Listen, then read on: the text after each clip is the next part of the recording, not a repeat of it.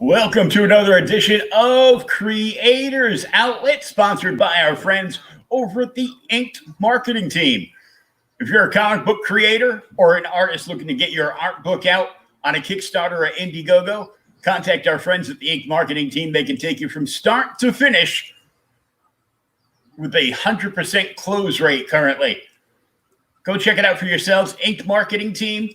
They've been in the business for over 35 years. Right now, we're back with our friend Lunchbox Warren. Hello. How's everyone tonight? Hopefully everything's going well. Hopefully you're feeling better than me, fresh out of the hospital from wrenching the bleep out of my back. And they put a pain patch on it and gave me some Tylenol and sent my ass home. I'm like, oh, great. Yeah, they don't even give out the good stuff anymore. No, they were going to give me like Flexerol. And I'm like, I don't think I can take that because it interferes with another med I'm on. Oh, and could kill me. They're like, oh, well, no, it can't, but that's okay. We won't give it to you. I'm like, Hello, Sam. Hi, Larry. Yep, it's Lunchbox Warren. How's it going?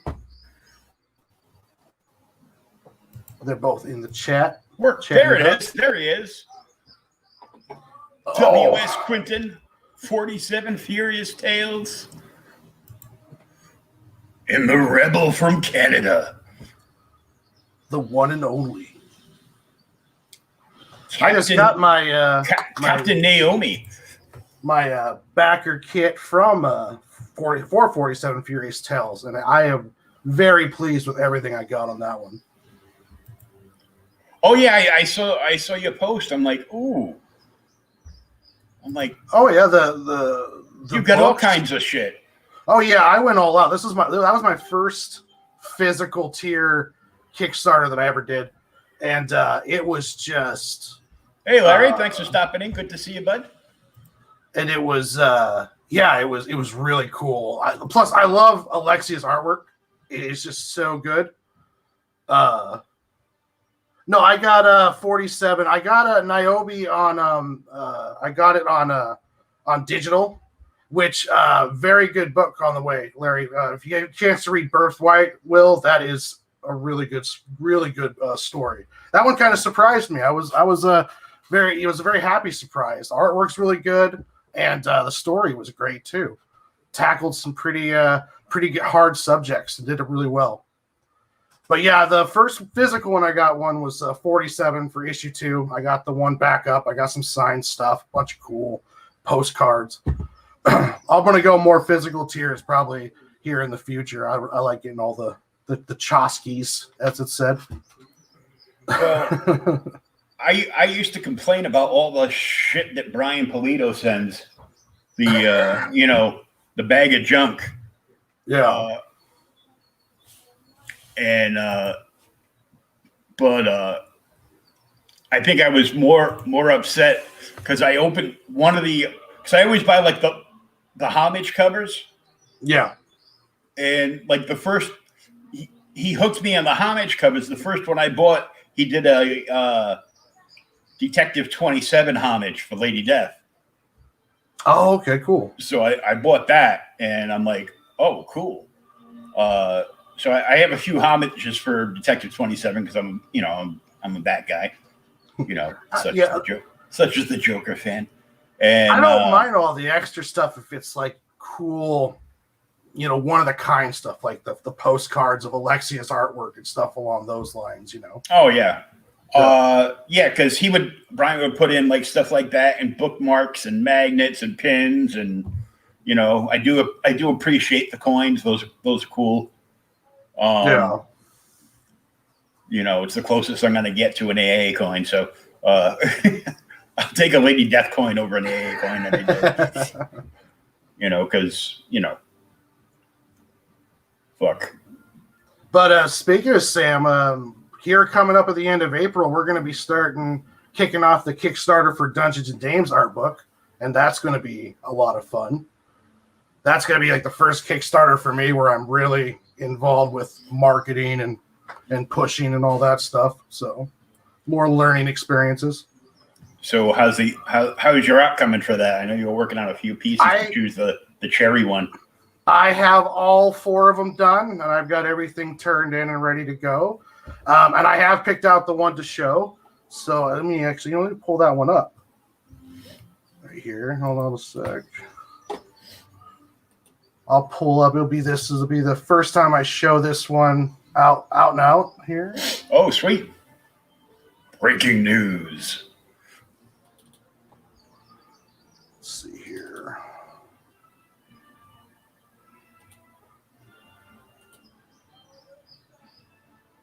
Okay. All right, let me share this.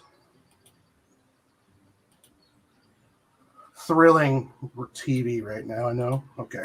I know, yeah.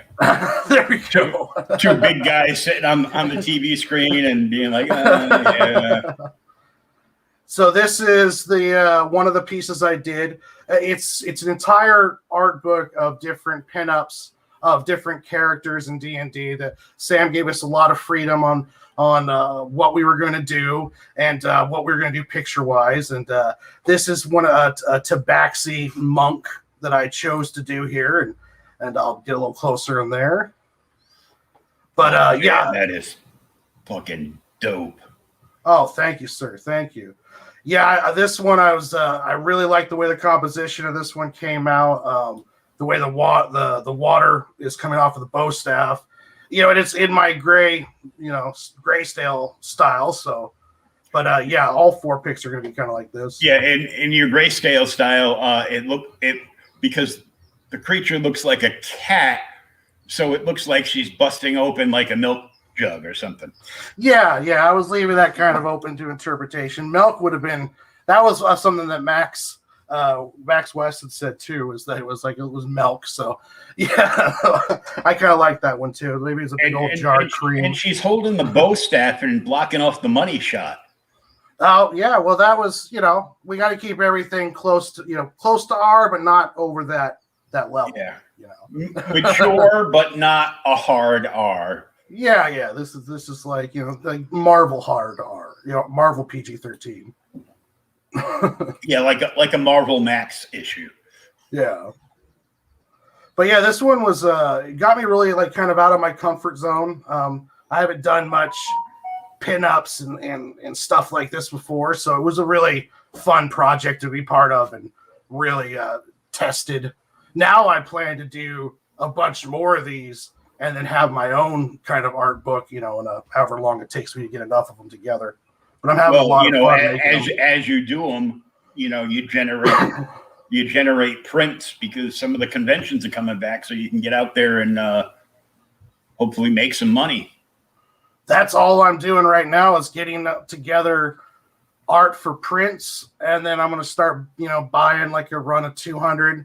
You can get a run of 200 for Mix'em. I think it's like around $60 or $70, and then just start building up the stock, so that way when conventions start coming again, I can be right there ready to go with prints. And I'll have some of the books from this Kickstarter if everything goes good. I'll have some books. I'm going to be part of a Cthulhu Invades Wonderland, so I'll have some of those and maybe get some stickers made, bookmarks, buttons, stuff I can buy out of pocket and then have it around for the conventions and stuff like that. Yeah, the detail on the the detail that you put in on some of the beads on the necklace is like insane. Oh, thank you. It's the fun thing of doing these is like putting in as much little details in there and story as you can. I was trying to put as much story into one photo as possible. Yeah, that's where I'm going to be going through is mix them for my prints because I like the prints that I got from the 47 Kickstarter backer kit. Those were 130 card stock, soft satin finish on them. They're real sturdy, and yeah, it's nice. Yeah, you always got to go for like the high quality because, you know, especially if you're doing like, you know, mail order prints or something, and they get something like really dope in their mail order print, they're just going to be like posting like all over the place to like all their nerd groups and various comic book groups and art groups and everything else, and you know. Well, you could get a really good quality print for a really decent price. Like it was like 200 prints, 11 by 17s with the soft satin finish. It's under $100 shipped to you. You know, and that's 200 prints. So I mean, that's less than $1 a print. You could sell those prints for anywhere 10 to I think what's 10 for 11 by 17 at a convention, $15, maybe like 2 for 20. I'm not sure. It depends on what we're at. Yeah, that's cheap. I mean, the last prints I bought, I paid like $25 a piece. But they were signed, so I bought like 3 pack. I bought 3 prints from EVAS signed, and then I bought for $25 a piece. I bought I got a signed print from Bob Layton of Iron Man 129. Oh, nice. Signed by him. I got a Jim Starlin Hulk versus Thanos print. Signed from Jim. And those are 11 by 17s? Yeah, full size prints. Nice. Yeah, and I paid $40 for one, but it was the cover art from New Teen Titans #1, the Baxter edition from Wolfman and Perez, and it was signed by both Wolfman and Perez. Oh, nice. So I'm like, yeah, I'll take that. I got some signed prints from Ryan Otley. He did Invincible, and he's also, I think he's currently doing Spider-Man, or he just finished up his Spider-Man run. I'm not 100% sure, but I got a Ninja Turtle print that he did signed. I've got the print of, I forgot the name of the character, but it's the Lion character from the Invincible story signed by him. And I also got I paid extra to get him to draw a head bust of Deadpool, and he signed that too. That was a convention sketch. I'm a big fan of his. He's got some beautiful artwork. Yeah, have you sat down and watched like the first few episodes of Invincible? Because it's live on Amazon now. I'm doing that tonight. I caught up on Falcon and Winter Soldier before the show, and then after the show, I'm going to watch all 3 episodes of Invincible because that is one of my favorite superhero comic series of all time. So I hope they do a good job. I know, you know, the gist of it, but I never read the book. So watching the series is going to be, you know, my first experience to it. Yeah. So if I end up, you know, loving the animated series, I'm more than likely going to start buying like, you know, trades of the series. Yeah. And the series is all done now. So you can, if you do start it in the books, you can just go all the way through it. Well, from what I've seen, I know it's way too expensive to buy floppies of that. I know. Oh yeah, I've got all of them in the just the wax cover graphic novels, not the hardcover, but I don't know what do they call those? Those saddlebacks. I don't think those are the saddlebacks, but anyways, I got a bunch of those. But I bought those as they came out. I was only doing graphic novels because I didn't have I couldn't get the floppy, so I was just getting the graphic novels as they popped up, and yeah, I loved Invincible. That and Preacher. Yeah, there's so much good stuff out there, and there's even so much good stuff out, on the, tons of good stuff out like on the indie market. I only read indies now. It's the only thing I'm doing that's even as mainstream is the IDW Ninja Turtle series. I'm all caught up on that. But aside from that, though, I'm just reading the digitals I get for most of the Kickstarters. Some of the Kickstarters, you get a whole cache of issue ones, and just finding people through there. Yeah, that's always a good idea for creators to team up together and pass their digital PDFs and mix and match between projects.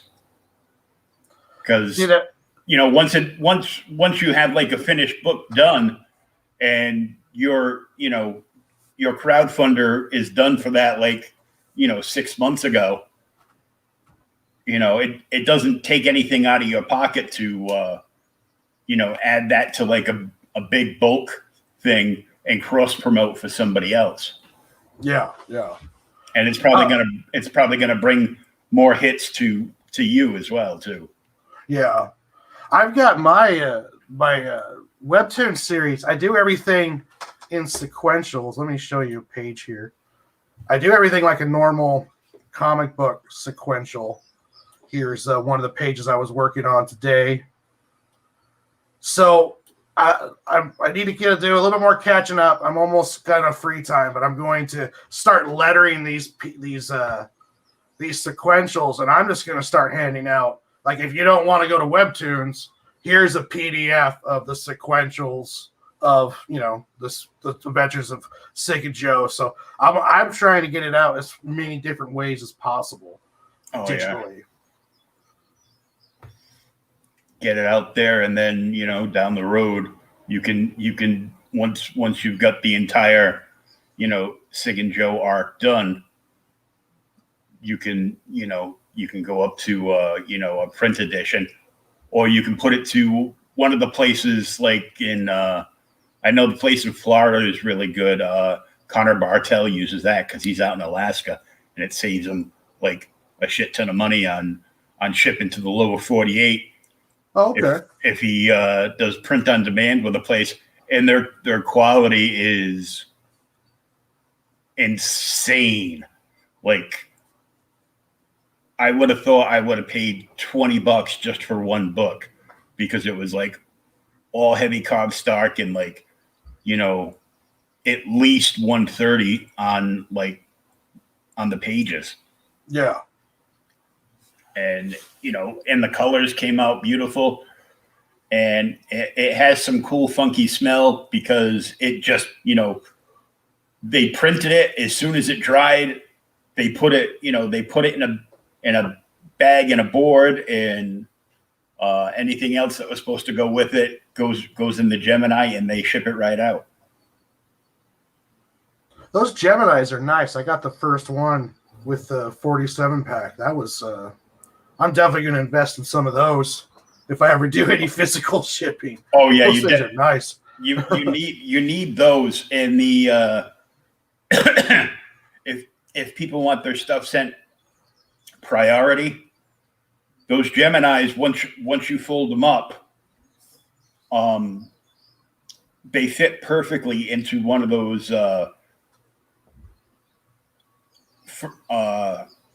priority mailing envelopes. Yeah. Because I've done that before. Somebody's goes, okay, well, I'm buying these books, but can you send them priority because I want them as soon as possible? I go, yeah, so you can send them out to CGC as soon as possible. I know.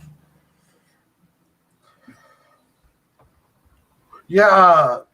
With I don't know if Joe and Sig will ever, I'm gonna do a print of it just for myself, but I don't know if by the end of it, the arc, it's going to be something that has enough buzz to do the Kickstarter along those lines. But I'll always have it kind of in my hip pocket. Because if I did do a Kickstarter with it, I'm probably going to pay to have it colored, or I'm going to go back and redo some of the art. But I'll always have the original PDF version. But it's all right now. This is just about getting as much getting this like the story and getting it's more about just doing it. It's like you need a project. I'm kind of like taking the comic book creator. It's like I went and just got a car from a junkyard, and I'm just taking it apart and putting it back together. And if anything, I can use it to say, hey guys, look, I can do sequentials. I can do inks, pencils, stuff along those lines.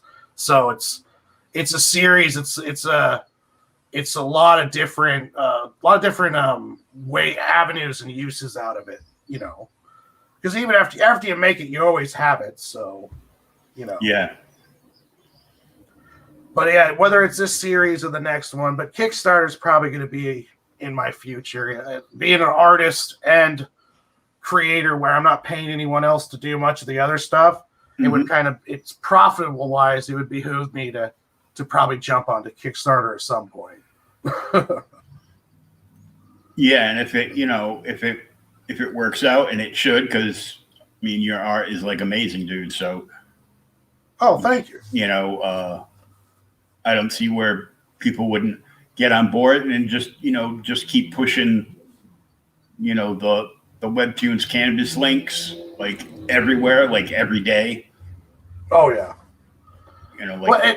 2 or 3 times a day, just boom, especially when you drop a new one. I am happy with the reception I'm getting. I kind of thought it would be too weird, but I dropped chapter 3 last week. I'm dropping chapter 4 next week, and I've already got over 700 views. I get constantly close to anywhere from like 5 to 10 views a day, and I've got 27 subscribers right now, and I'm still rated at 10 stars. So no one's hating on it. I'm not getting any kind of horrible gruff.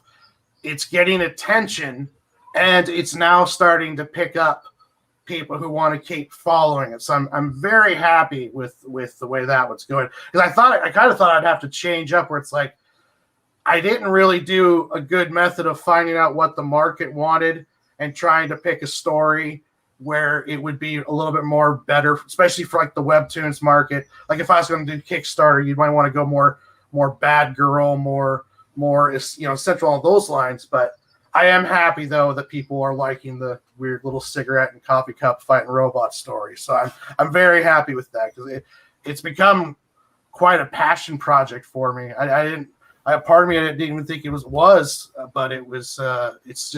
It's something I just love to do and excited to keep putting more stuff out there.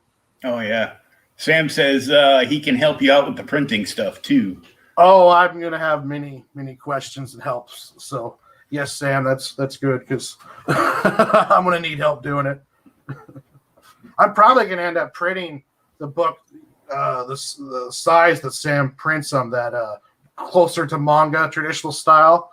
And because I'm going to be probably printing out, if I do print, it'll be in arcs. So it'll probably be like 80 to 120 pages, depending on where the arc ends at. So they're going to be thick little volumes, but it's just. Are we going to have to read them backwards like manga too? No, yeah, and upside down. So I'm going to, every page, actually, I'm going to have all the pages in the wrong number count, and you're going to have to try to figure out. No, I'm just joking. No, it'll be the all translation of that is when you get it, get drunk and stoned, and you'll be able to figure it out. Yep, that's exactly right. After about two or three good bong reps of some indica, and you should be fine. Oh, okay. That's all. All right. I want to see how it looks that size. I might go bigger too. I kind of like the TenNapel printing method, where he prints like 126-page stories on nice, big, not quite 11 by 17, but it's like the next size down, but it's bigger than your normal 8 by 11.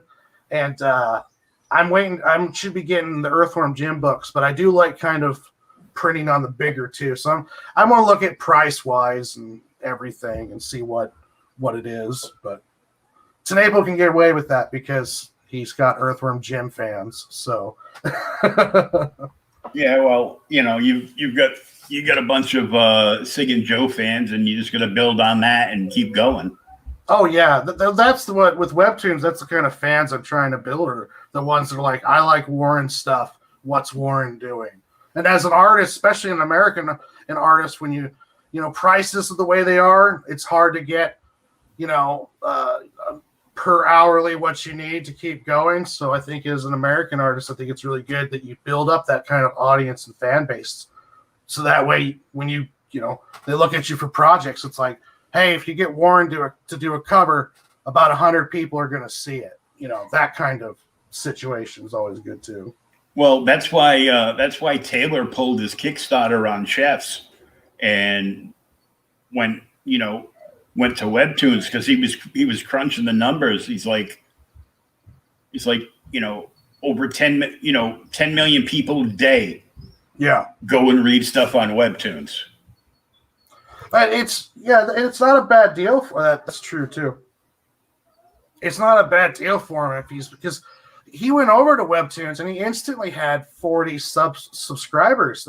He has a good 40 people who just followed him to go to Webtoons. First timers on Webtoons, some of them, and that just shows the testament of the strength of those fan base. And he's just trying to add on to that and create more. And I think it's not a bad deal the way he's doing it, especially if you can afford to work and put the work out like that on Webtoons in a free format. If you feel like you can do that financially, I would say it's not a bad idea to add 20, 30 hardcore fans onto your booklet after a couple years of work. Well, he had the book just about done, so yeah. All he had to do, which was the pain in the ass part, was to reformat it to the scroll version that you have to for Webtoons. I do that with every single one of my chapters because I draw it in like normal 11 by 17, and then it's convert over to Webtoons, and sometimes I have to redraw some stuff and rescale some things and make it work. Yeah, that's the big thing too, is the economy of scale. It's getting 1,000 copies so that way you can save that money. Yeah, it'll save money in the long run. Yeah. Well, it's all about how much it costs per book to get the darn things made and shipped. We can get them. We get that down cheaper. You get it cheaper to the customer. Oh yeah, for sure. There's been a lot of stuff going on this week, like Marvel leaving Diamond. Marvel left Diamond. Marvel left Diamond and went to Penguin.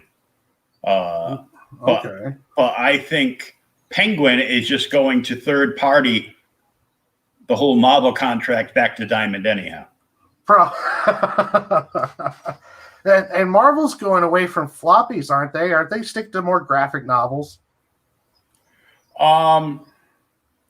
I don't think, because of the ownership of that company, that they give two craps about the comic books. They're only still making them so they can keep the IP licenses in their hip pocket.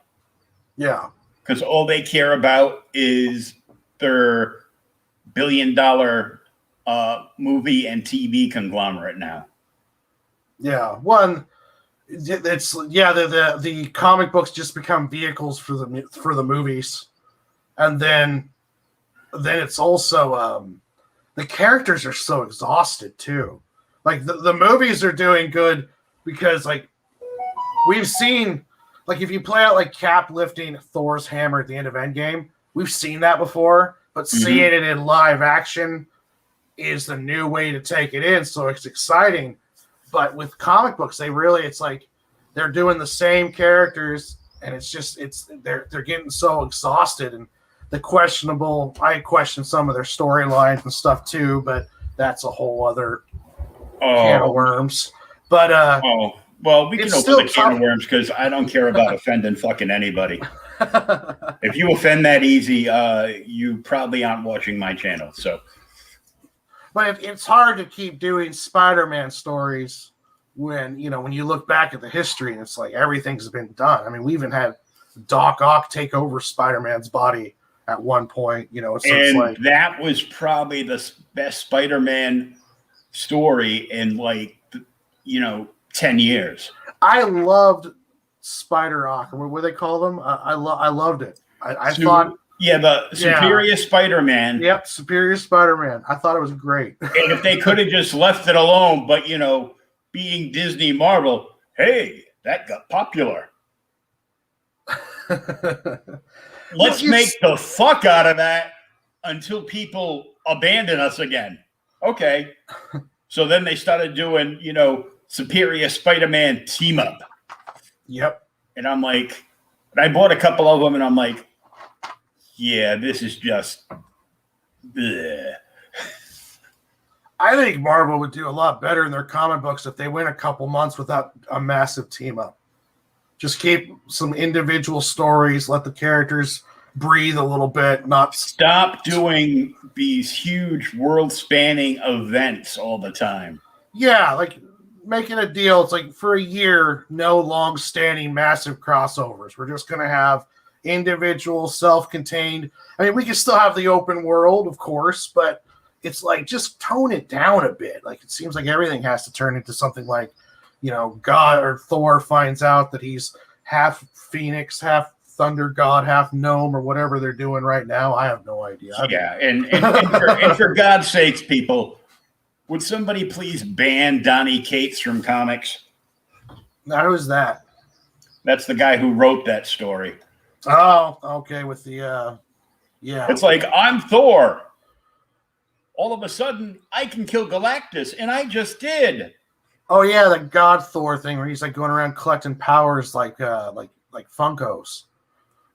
Yeah, he thinks he's playing the Pokemon mobile game or something. Yeah, and of course, it's the same writer. He's doing that series crossover for Image, which I actually enjoyed, and it killed me to give Donny Cates a good review because my hashtag for Donny Cates is always I hates the Cates. Well, when they do good, they do good. You got to give them props. So, and I've even talked to him on his own Twitter account. I know some people are going to hate on me no matter what I do, and I was the first one. He had just posted that, and I was like the first one to respond. Hashtag I hates the Cates. And which got a lot of hate, but nobody came after me, and if they did, I liked Jason Aaron's run. Was it the God Killer Thor run with where we had female Thor and that? Well, before that, he did Jason Aaron.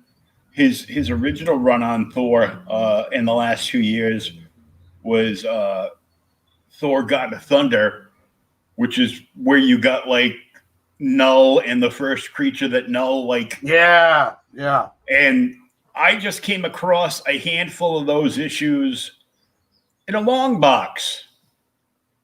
Oh, nice. And a couple of those are up to $200-$300. Oh. Are you gonna send them off to get a CDC? Or slabbed, as they call it, and I think in the system. I'm pretty sure I don't want to wait 6 months, and I don't want to spend. One of the reviewers at Outright Geekery, he got his copy of ENIAC #1 from his local comic shop.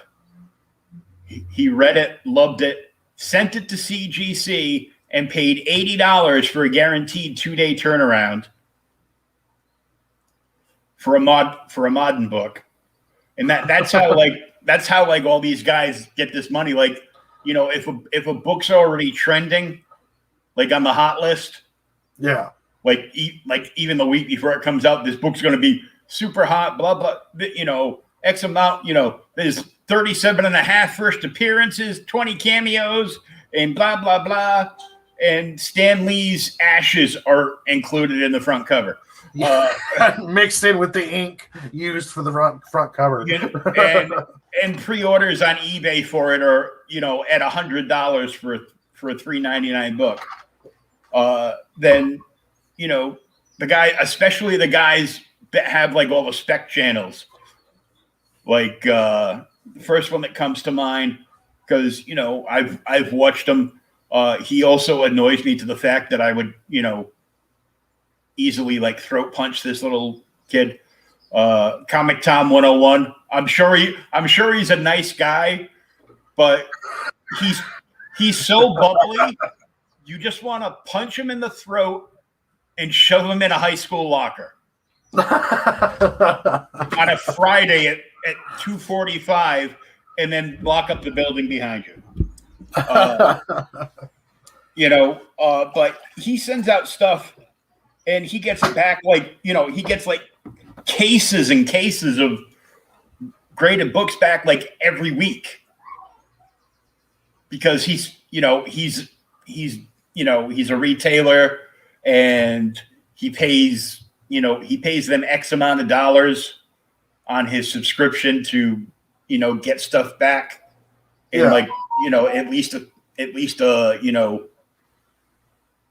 2-week turnaround or something. And so the hottest books in the world that you would be waiting like close to a year to get your copies back CGC'd, he's got them back like the week before, and has already mined the eBay and Facebook market to death with these books.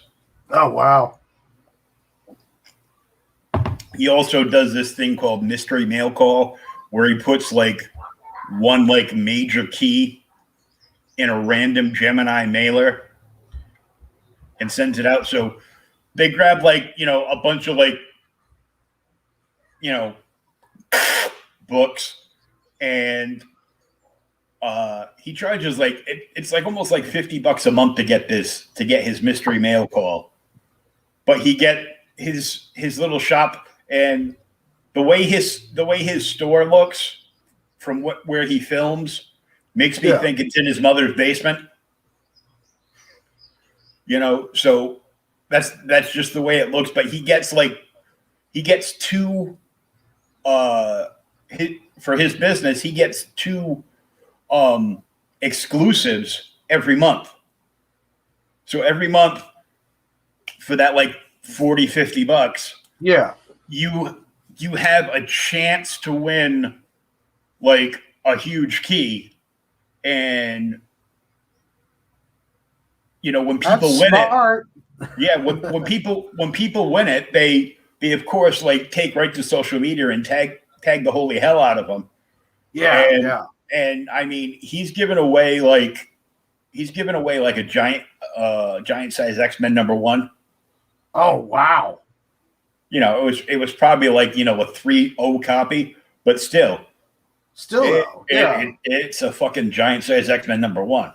Yeah, that's cool as hell. But you get he doesn't do virgin variants on his, as far as I know. He probably does, but he sends out the trade dresses to everybody in the mail call, and then they give you like a small handful of like random books. And you probably get like some cool variant covers from like Marvel or DC or whatever. But I'm like, for that money, I'm more apt to subscribe to the Scout Comics box. Yeah. If you do a reoccurring subscription, so you sign up to get it every month, it's about $40, and there's podcasts like Brian Wayne's Cheers to Comics podcast has a discount code for your first purchase from them. My friends over at Lost in Comics on YouTube, same thing. And about $40, a little over $40 a month, when it goes to regular price, you get like a dozen books, and they send you like ash cans, their web store exclusives. You can get trades, and like it goes random, and like they do the same thing. They'll put a random like signed book in like one or two of the packages. That's cool. And that's all Scout Comics. All of Scout's ash cans are the major key to any series, because the Ash Can has like an 8-page story that predates the issue 1 and makes it so that is actually the first appearance of that character. Okay. unless it's not volume 1 of that title. Yeah. So you get that, and they've also got a thing with Comic Book Shopping Network. So Comic Book Shopping Network gets exclusive variant covers just for them, for like all their new number 1s.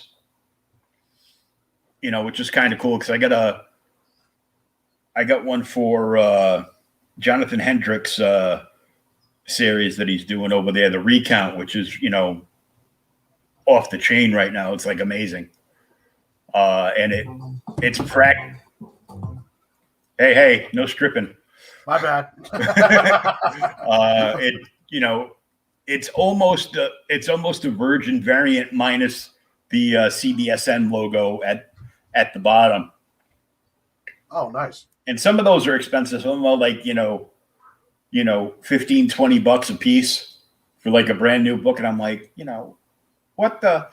And then I see the prices on some of the Scout comics, online, or, if the book's blowing up on like Key Collector or something. Yeah. And I look on there, I go, oh, well, this $15 book is selling for like $35 online. Oh, wow. I'm like, okay. So I read this, and of course, because of working for a review pop culture website, I have all the digital copies anyhow. So it's not like I can't, just go on my computer and zing it over to my tablet and read it or whatever. But of course, I prefer, physical copies. Just like I prefer boobs in my hands opposed to, on a computer screen. Yeah, I agree. We have a winner. Well, since I am the Joker fan and we've been showing your art, I did not do this art, but there was a certain Batgirl cover quite a few years back that got pulled because all the whiny pussies on Twitter were claiming that it depicted violence towards women. They go, really? It's the Joker. Yeah. He just barely notices. He's a psychopath. He doesn't care who he's killing. But because they pulled it, and I thought it was just an amazing book, I got this commission done, and I just came across it in a box and pulled it out, and it's going to be going on a frame on my wall. I remember that cover. They pulled that one, huh? Yep. Oh, yeah. And when they pulled it, I'm like one of like a billion people that went out and, hit up artists at, various conventions or online and, got commissions done of that. The one right there did a really good job on capturing that style too. Yeah. Wow. It's my buddy Mike Doherty. He's like fantastic. Yeah, that's some nice work. He does a lot of covers. He's just a freelance illustrator. He's also a teacher. And, prior to COVID, he used to hit up like close to like 40 conventions a year. Oh, wow. So he'd work all week long as a teacher. And then on the weekends, he'd run off. I found this beauty too. Oh, nice. Yeah, that was like when I bought this was like an $80 book. I think it's even more now. Oh, it's beautiful. It's like an added grab. I think a friend of mine paid like $1.25 for it. Oh, wow. And because we mentioned Marv Wolfman earlier, I got this sign from him at Philly. Oh, that is cool. It's just, I love this cover. And Heck yeah. this is almost what season 3 of Titans on HBO Max could be.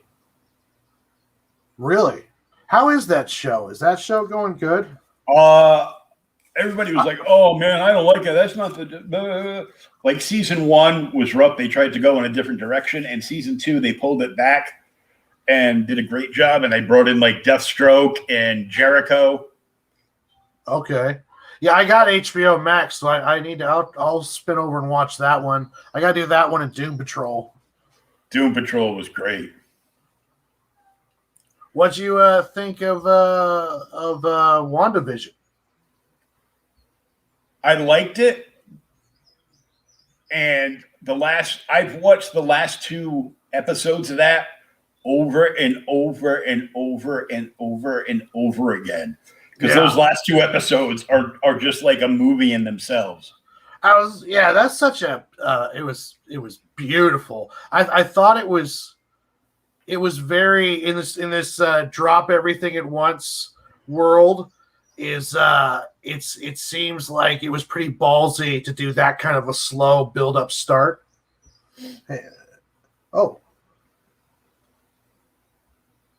cool. Oh, nice. Did Anyone you around the computer school? Or? You wanna come on and run a promo for that, Sam?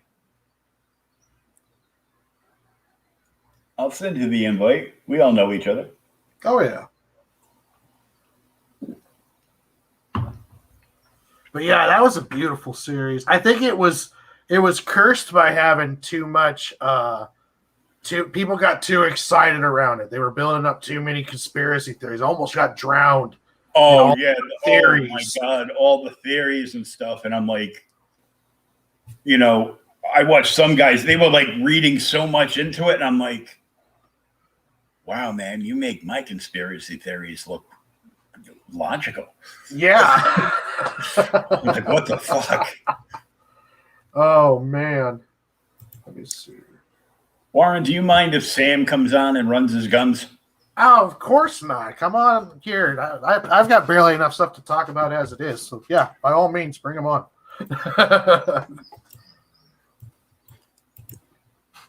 Let me send you a link, Sam. I just got to open up the fake book. Ooh, pardon. Oh yeah, there's like a million. I open it up and I see like 3 different streams all going on right now. Oh, like, nice. I go, oh, we're so lucky to have like a few people.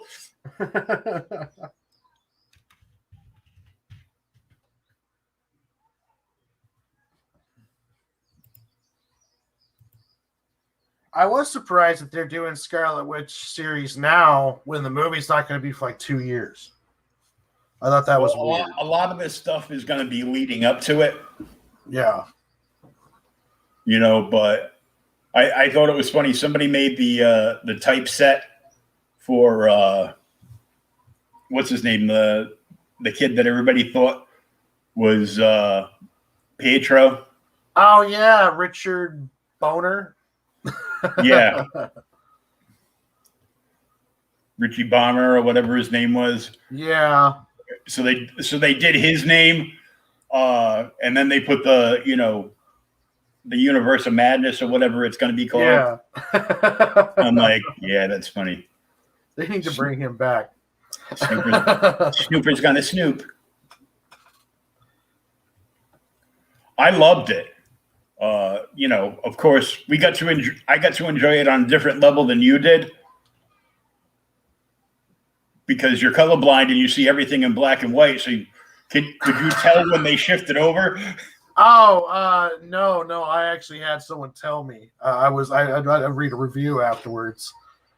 I just got done watching Zack Snyder's cut, the black and white version, which I thought the first one was that, but then apparently the first one was in color and this one's black and white, so I couldn't tell the difference. There he is. Hey guys. Hey. Sorry, I had to Sam? I had to turn the stream off because I was gonna echo. I was like, oh crap. I had it running on my phone. You're gonna have to excuse the mess. I've been working like the tail end of fulfillment. I got like 8 boxes left to ship. So You're talking about me about excusing the mess, please. Well, man, you gotta understand. I'm still moving stuff from my living room up into my office because I put a huge order in for issue 2 to make sure that we had enough, not just to cover the Kickstarter and the conventions and stuff, but also to cover at least for the next 4 or 5 Kickstarters. So yeah, I ordered 4,500 copies. 1,500 of each cover. I am a maniac, I know. Economy of scale, man. But I mean, that's the only way to get books of that quality at a decent price that you can get to your backers cheap enough, Yeah, you gotta over order. Oh, but anyway, yeah, Alexia and actually Paul Walcott. They're going to be at Dewey's tomorrow. I think starting at 2. And they're going to be signing copies of 47 Furious Tales. Paul's going to be signing issue 2 because he did a cover for it. So he's got a stack of those. And Alexia has, God only knows how many copies of issue 1 and issue 2 left. Her contract provides for a lot of comps. So she's got probably more than she actually. It's probably good that Paul's going because she probably needs someone to drive. She normally uses her bike in town, and trying to lug that many comics on a bike is probably a really bad idea. Yeah, it's dangerous. Dude, I used to be terrified to drive home with a stack of 15 or 20 in a bag on my bike when I was a teenager and drive 4 miles back home. I tell you what, though, I'm working on the Indiegogo campaign to follow up so that we can go ahead and get that out to make the books available for the Indiegogo crowd, the folks who don't like to use Kickstarter for whatever reason. And, that's going to turn around pretty quick. You know what, Warren, maybe once you get some print copies in, maybe we could take and collab on that and put some together and put them out as one big project. Oh yeah, I'm definitely down for that. Definitely. Yeah, I don't know when I'm going to have them, but yeah.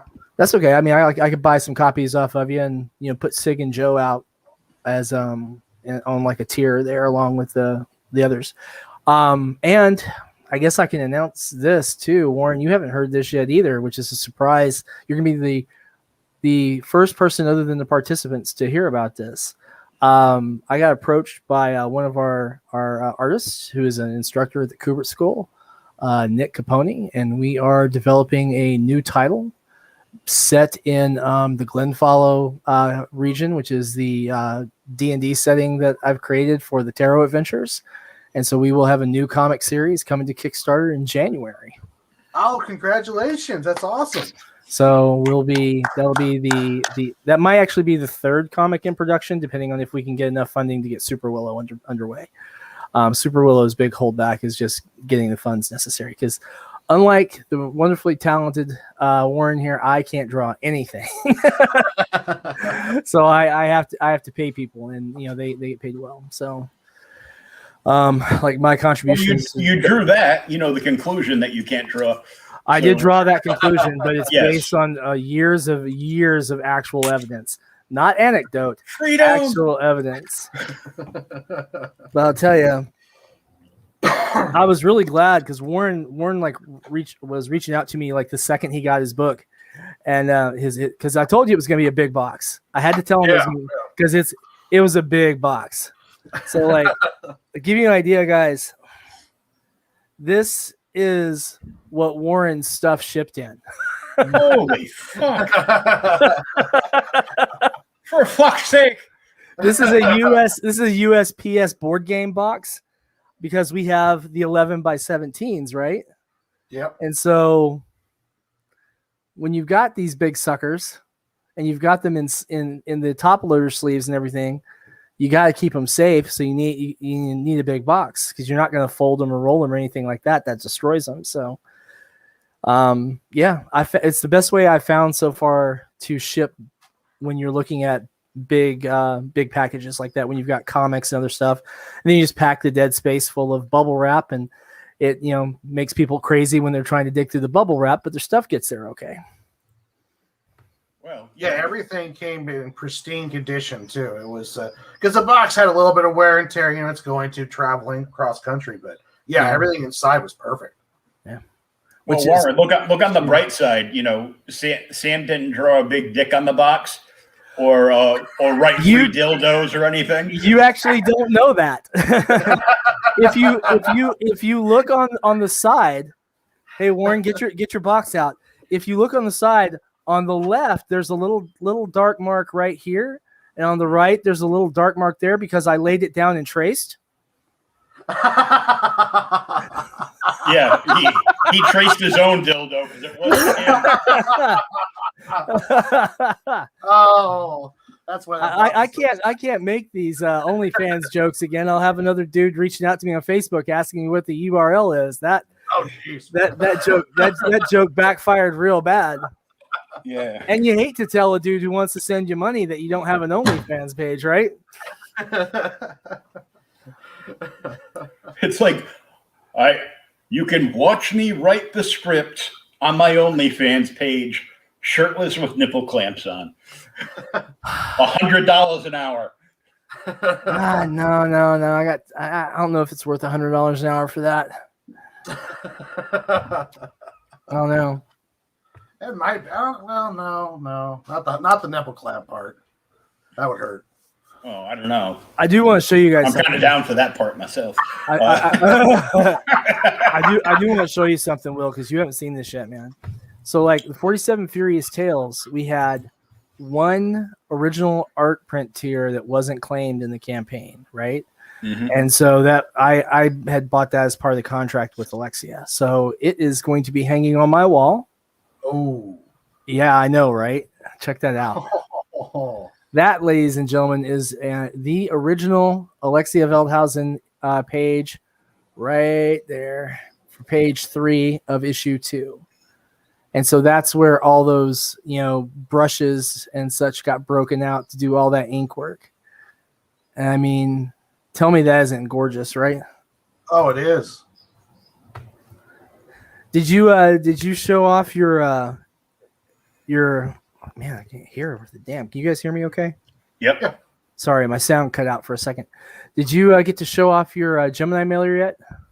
Oh no, let me go grab that. Yeah, that was a cool tier. Someone on the on one of the Facebook groups on the Madness group recommended it, and it turned out to be a good idea. So we did 10 of them, and they sold out in a day. Well, he's grabbing that. Let me show you a piece of art from Matt Wagner that I'm not supposed to be in possession of. Oh, cool. Where'd you get that, man? I got it from a comic book dealer friend of mine that was supposed to get a Joker done by Matt Wagner for me at New York Comic Con. And he got so damn busy. He's like, hold on to this until I get that for you. And that was I guess 20 years ago now. So, oh shit. So I should ask Matt, I go, hey, you remember this? And when he says, the fuck are you doing with that? I'm like, well, I'll be happy to give this back to you with a ransom of drawing me a Joker fighting Hunter Rose Grendel.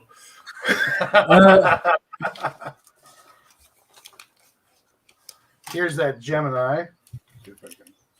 I still think that was a really cool idea. Did I freeze up again? Hold on. Oh, no, there we go. You you're blacked back out for now. a second. There we are. Right there. Oh, damn. Yeah, I know, right? Isn't that freaking cool? Let's see here. Oh, there we go. Yeah.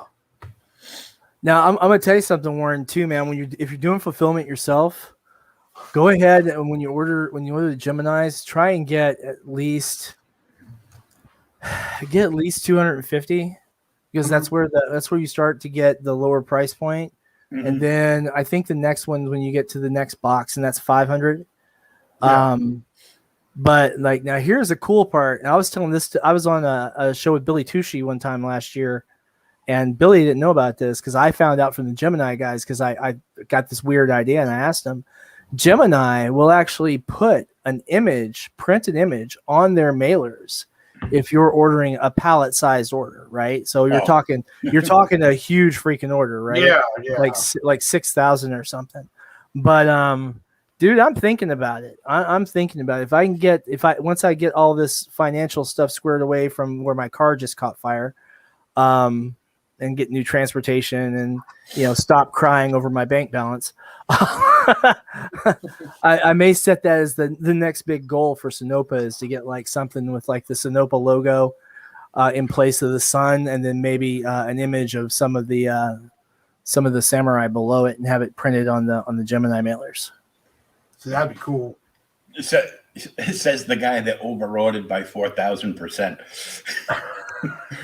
Well, it's not really over ordered though. It's I mean, because we've already moved 500 copies just in the it's future purchase order. Yeah, I mean, because here's the thing: we've got 500 that we've already moved from the Kickstarter backers.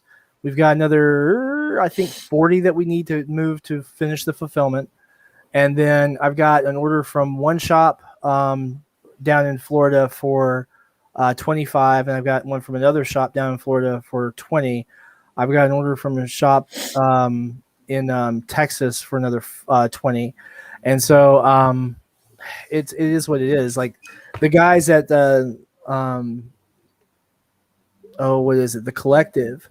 They've already sold like I think it's 35 or 40 copies of issue 1, and so we've got and they're sold out. So we're sending them some issue 1 with the issue 2 order, and then prints and stuff like that. And what's the shop in Texas? The Hive. Oh yeah, Joey shop. Yeah.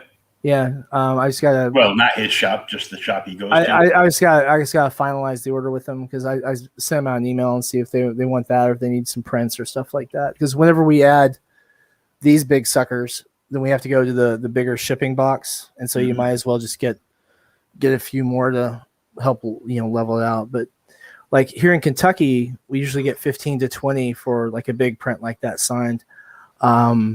Or usually on the lower end if it's not signed, like 15, and then 20 like if it's signed. But then when we go to like the East Coast, you're seeing 20, 25, and so yeah. Well, I'm on the East Coast, but I want them Kentucky prices. Oh, I bet. Now, are the comic book shops picking up the prints too, or is that just for at conventions along those lines? I've got one of the shops in Jersey did the Gotham Underground, and they had a really good week with it, because we dropped off. Well, they were a Kickstarter backer, so they were the first store to get any shipments, or the Kickstarter backer stores, and so they got theirs because I was in Jersey 20 minutes from their shop, so we signed a bunch of stuff Friday night, and then zipped on over there and made a delivery. We took some pictures. Alexia did a sketch while we were there that they put up in their office in the back, and brought them their prints, and I brought them some other Sinopa stuff, because they've been really great about helping us out, and they actually helped us get into a store, another store actually, because I was one of our Twitter followers, my Twitter followers on the Sinopa account, was bouncing around asking if she could order books from her local store. I'm like, yeah, just send them to us and we'll go ahead and give them a price and everything. I should be talking to them this weekend and see what their order's going to look like. That'll be a third store in Florida once that happens. So, but I'm going to try to bring the book around here to some stores and see if we can get you some Portland stores. Thanks, bro. We can do pretty well with that. We can actually get them. I did the math on it, and for domestic in the lower 48, at 10, an order of 10 books in total, doesn't have to be 10 of one volume, just 10 total books, we can get them a 40% margin. So we can get them at $3 a book, including shipping. Okay. And then at 15 copies or more, we can get them a flat 50%. And that's just basically because the shipping's more expensive than the books are at that point. Yeah. Mm-hmm. So, and that'll get the idea is to have the books in the stores, so that one, they've got it to make money on it. They've got healthy margins on it. And I'd like to get to the point where when we have multiple titles that we can just ship once a month and do the whole alternative thing on that. But there's only one title I have planned for newsprint, and that's Super Willow. So yeah. I was looking at newsprint. You got to do a big print run to Yeah. make that one. That's like 500. It's a very bare minimum, I think. On the Yeah, but I think to make it work, you're looking more like 15, 2,000 or something. But I mean, for that price point, you're actually getting below what I paid for this issue of 47. Now, this issue 2 was only a 20-page one because the 12 issues are broken out into story elements, like little chapters. Book 3 was originally going to be 28 pages, but I'm trying to get it down to 24, just to save Alexia some time. Because I might have put a little too much fighting in that one, even though it's a big fight. It's a big fight. You can tell it's going to be a big fight. When you read issue 1 and issue 2, you're like, something's happening in issue 3, right? Because there's like you get to the last page, right? No spoilers, right? But Warren, when you got to the last page of book 2, you knew it was time someone was going to you're like, oh, these guys have made a mistake. Yes. If you read book 1 and then you look at book 2, you're like, what the hell these boys think they're doing? Man, trouble. Oh, they're gonna get it. But yeah, it's gonna be nifty. We get to bring out Nobuyuki some more. And that's always going to be a pleasure. The youngest of the 47. The only one who didn't commit seppuku because he was prevented from committing seppuku by the shogun. And he said that, one of them had to live. And he was also real young. By the time they had finished everything, he was only 13. So, I mean, when this whole thing started, he was 10, 11 years old. And so that's why when you look at him in book 2 and you're seeing him, he's so much smaller than everyone else. He's basically a kid. Yeah. So, did you try reaching out to Jen King at Space Cadets in Texas? I don't know them. Can you shoot their info to me sometime and I'll reach out to them? Yeah, I'll shoot you a link. She is one of the her and Jesse James from Jesse James Comics out in Arizona. Mm-hmm. Are the two people that created the comic book shopping network, which now has like 22 stores, some of which are just, comic book dealers that are misplaced from having no conventions. Gotcha. But most of them are like, big legit stores. Well, you've got one of the original issue 1s for 47, don't you? Didn't I send you one of the original copies? Yeah, one of the PDFs, yeah. No, I mean, didn't you get one of the print copies too? No. Send me a mailing address through Messenger later. Okay. We'll see if we can get you early Christmas. Or, late birthday or whatever, Because I'm going to tell you something that there's. Or early birthday, because my birthday's November and Christmas. Yeah, your birthday's right after mine, actually. Yeah. Mm. But yeah, once you hold it in your hand, it's a different experience in the PDF. It really is. Yeah, Warren and I had this discussion earlier. Yeah. I can enjoy reading, a PDF because now I have a nice tablet so I can sit in my recliner and get through like more work stuff. But, just like boobs, I'd rather hold them in my hand. Well, I can't do anything about that for you, but we'll see. I can just go by my old job for that. There you go. 30 years working the strip clubs. Come on. I feel you. Yeah. Are the strip clubs going again where you're at? There's still drive-through ones here. Drive-through? Yeah, Portland strippers did not do very well through this whole COVID situation. They started doing like DoorDash deliveries and stuff for food. Oh yeah, I saw that. Yeah, I saw that. That was funny because I'd watch like the updated version of the cop shows. Yeah, and every once in a while it would be somebody in Nevada. It'd be like a sheriff's car chasing down a bunch of strippers that were, running away from a setup at a house or something. I'll tell you, we haven't had too much of the problems that going around here. What we did have was a lot of folks suddenly had those nude maid businesses where they send strippers to clean your house in the nude, Yeah. Which is a weird business model, but that kind of shut down pretty quickly when everyone started getting sick in Kentucky, because we were really, really low for a really long time. And then in it was August or September, they had a big bunch of anti-mask rallies. And then 2 weeks later, we had an explosion of COVID all over the state from people who had been at the anti-mask rallies and got COVID and then spread it all over the state. It was really crazy. Yeah, we were doing good last year until they had a big school break party weekend. It was like it was a mixture of, it was anti-mask rallies, it was some mask rallies, and then it was also a big weekend for college towns in Washington here, and it just all hit at once, and our numbers just spiked up. We're still on lockdown now, but they're starting to loosen them up a bit. We can go bowling now, so that's nice. Oh, cool. Well, I guess you got space between the lanes anyway. Will, which cover you like, man? Oh, damn.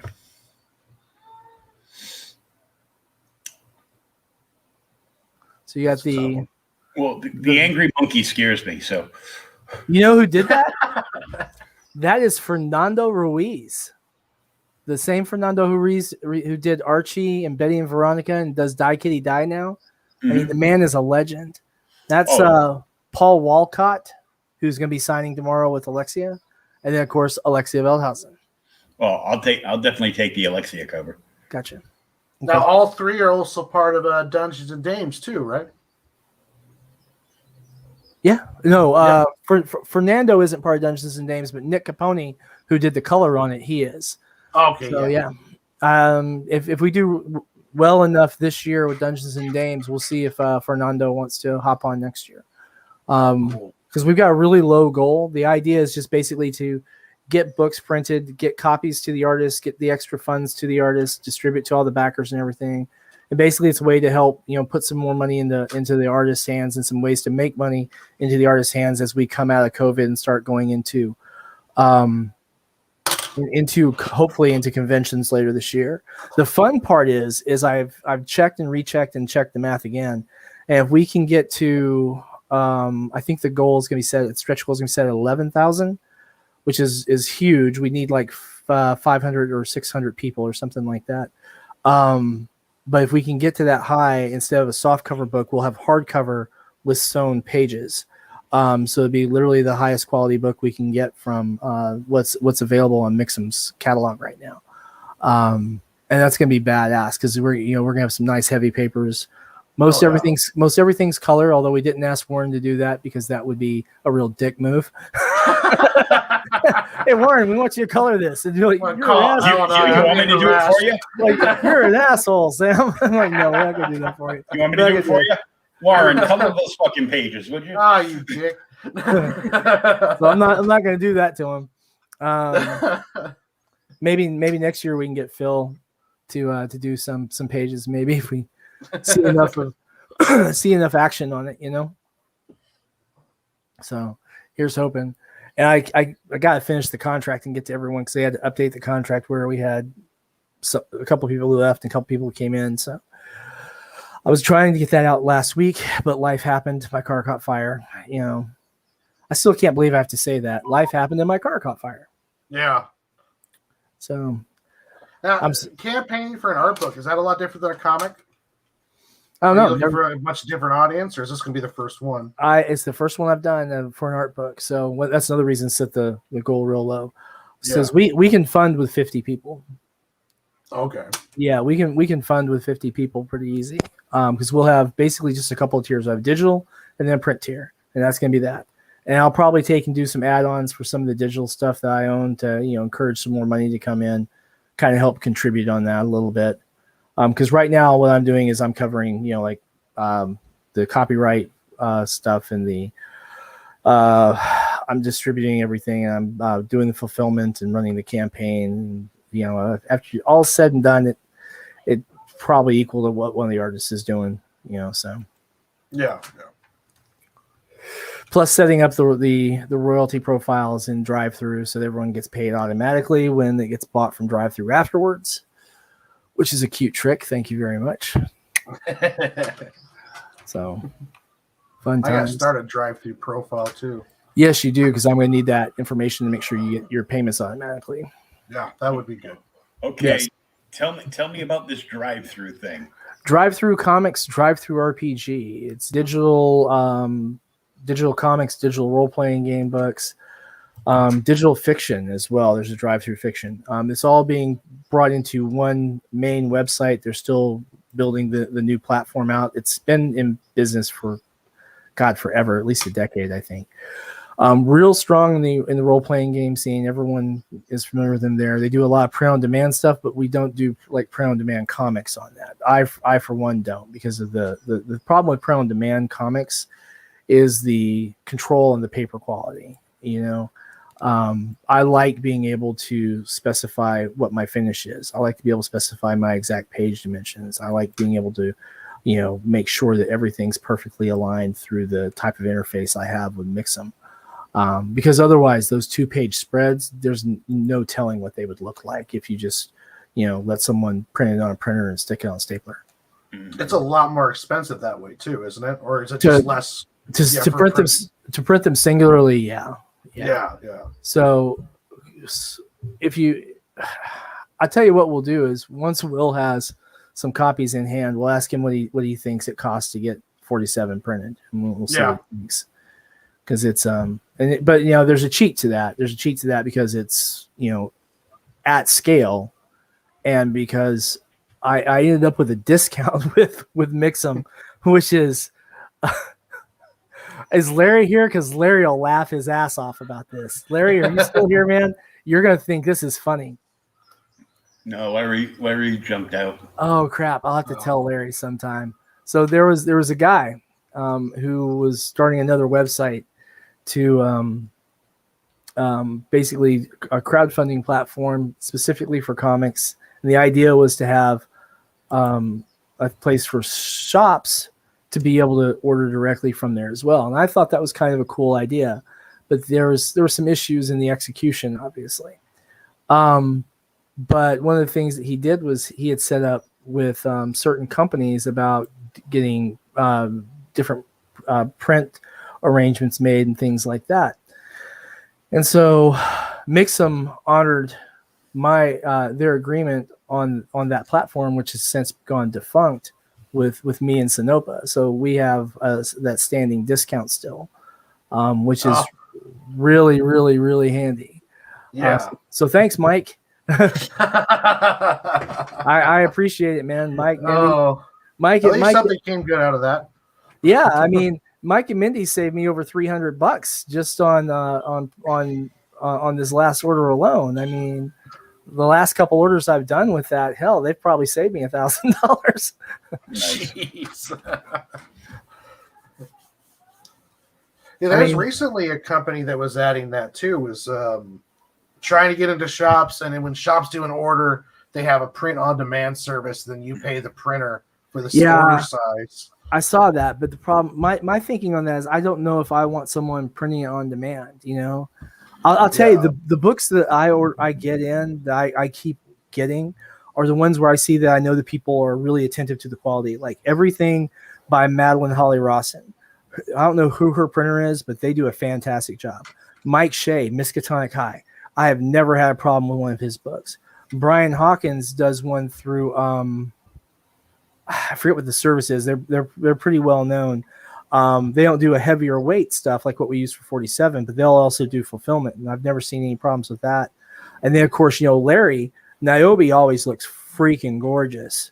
I mean, if you've got Niobe in print, you know what I mean. That book is always tight. So I don't know who Larry uses as a printer, but man, I know why he keeps them. Blam, doesn't he? Does he? I think so. Yeah. I'll tell you, whoever it is, they're doing one hell of a job for him.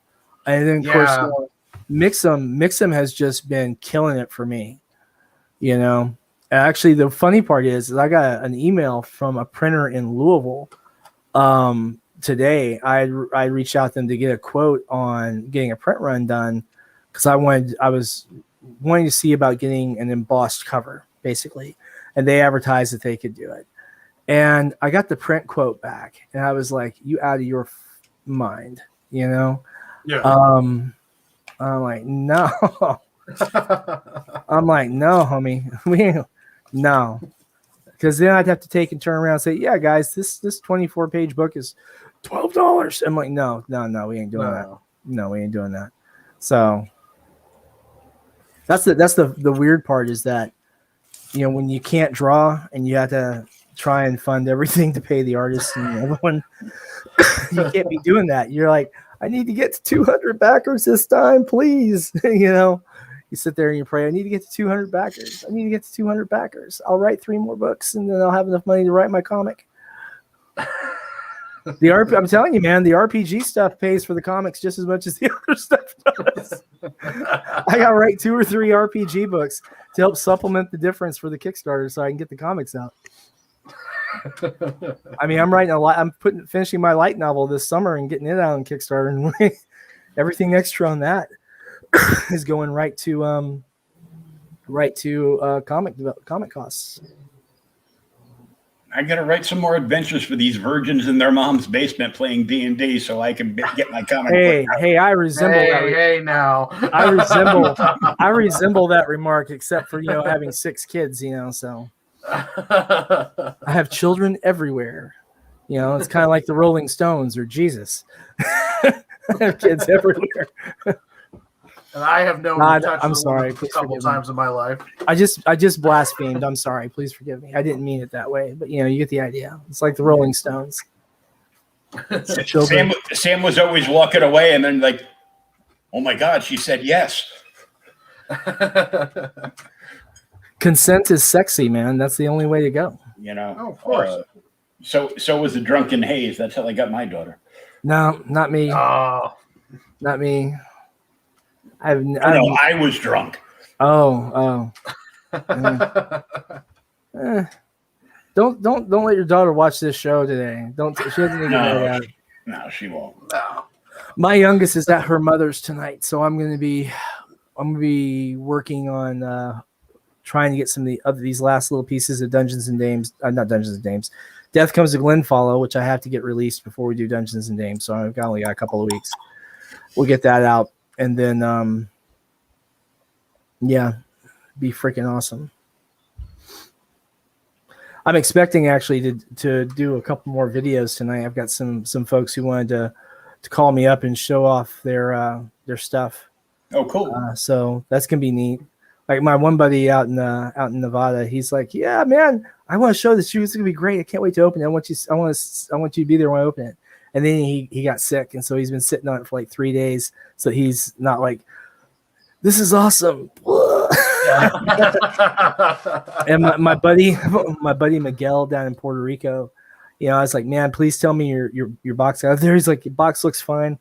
I'm gonna open it this weekend," because he has something special. Because Miguel has had my back for 3 years now. Miguel's been backing campaigns and helping out, and he plays in my Talislanta campaign now. And he's really good dude. I think the world of him. And he corrected some of my Spanish for me. I had a little thing in Spanish. He's like, no, that's wrong. I'm like, oh crap, what is it? He's like this. I'm like, oh, I got the whole thing wrong. Yeah. So I did the wrong translation for Blood Falls Tower, and yeah, he fixed that for me. And I was like, man, I can't thank you enough, bro, because otherwise I was gonna look like a real idiot, because I was a real idiot in that translation. I mistranslated Blood Falls Tower badly. Like wrong words, the whole nine. It was pretty pathetic. Okay, we're waiting to hear what it was. I don't remember. It's basically, instead of like falls, like river, it was like blood drops on the tower. And so it's like blood drops on the tower. That's a bad name for a location or a book, but Blood Falls Tower, where it's, the blood and like a river falls. That's a little better. Context is everything, right? Mm-hmm. Yep. Well, I mean, I've heard some really bad, book names, and they're like, parody things, like one that I went, oh. But when I think it's it was a concept idea that Brian Silverbacks had, and I'm a fan of him. So when he puts it out, I'm going to buy it. And it's called Tampon Man and Applicator Boy. I haven't heard of that one. Is Christy Shin writing it by any chance? I don't know, but I'm gonna tell you, she should do a variant cover for it at least. I'm gonna tell you, if there's anyone on earth who should write that, it's Christy Shin. let Christy Shin write that.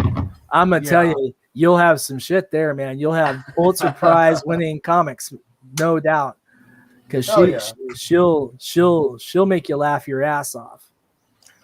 It'll get vocal that some people will laugh, some people will cry, some people will toss their lunch. I'm going to tell you something. You can't please everyone. I had to block someone on Twitter. I was going to block her, and then she blocked me. But she was this lady, and her handle was vegan teacher or something. And you knew shit was going to go bad right there. And she was going off on Twitter that we were promoting violence against squirrels and being cruel to squirrels. What? With 47 Furious Tales, which is a comic book about the 47 samurai.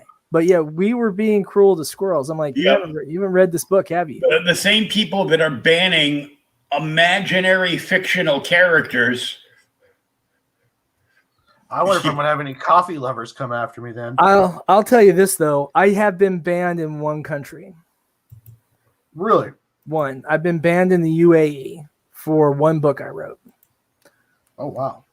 Yep. Whispers of Persephone got banned in the United Arab Emirates. Just a political thing or like a religious for sorcery problem? For sorcery. Oh, okay. Because it's a D&D book, but it uses occult symbology from pre-Renaissance necromancy symbology and stuff like that in there. My artist actually who illustrated it was complaining about having nightmares the entire time he was illustrating it. So, oh wow. So that happened. That was interesting. Have you ever seen that, by the way? It's because he did this really. We did two covers because I wasn't sure, which way people were going to go with it. So we have one that's just black with the lettering on it, and then we have the one that everyone kind of loses their shit over. And so, Whispers of Persephone. Oh, cool. Where the spine of the book is a spine. Oh, wow. Tell me that's not wild. I can use a spare one of those after wrenching my back today. So, and that was by artist Christian Martinez. You guys probably know this, but we credit all of our artists, and he was the one artist on this project. So he got the full face shot and the full bio. He's got the nice biopic too. Yeah, he had really he had really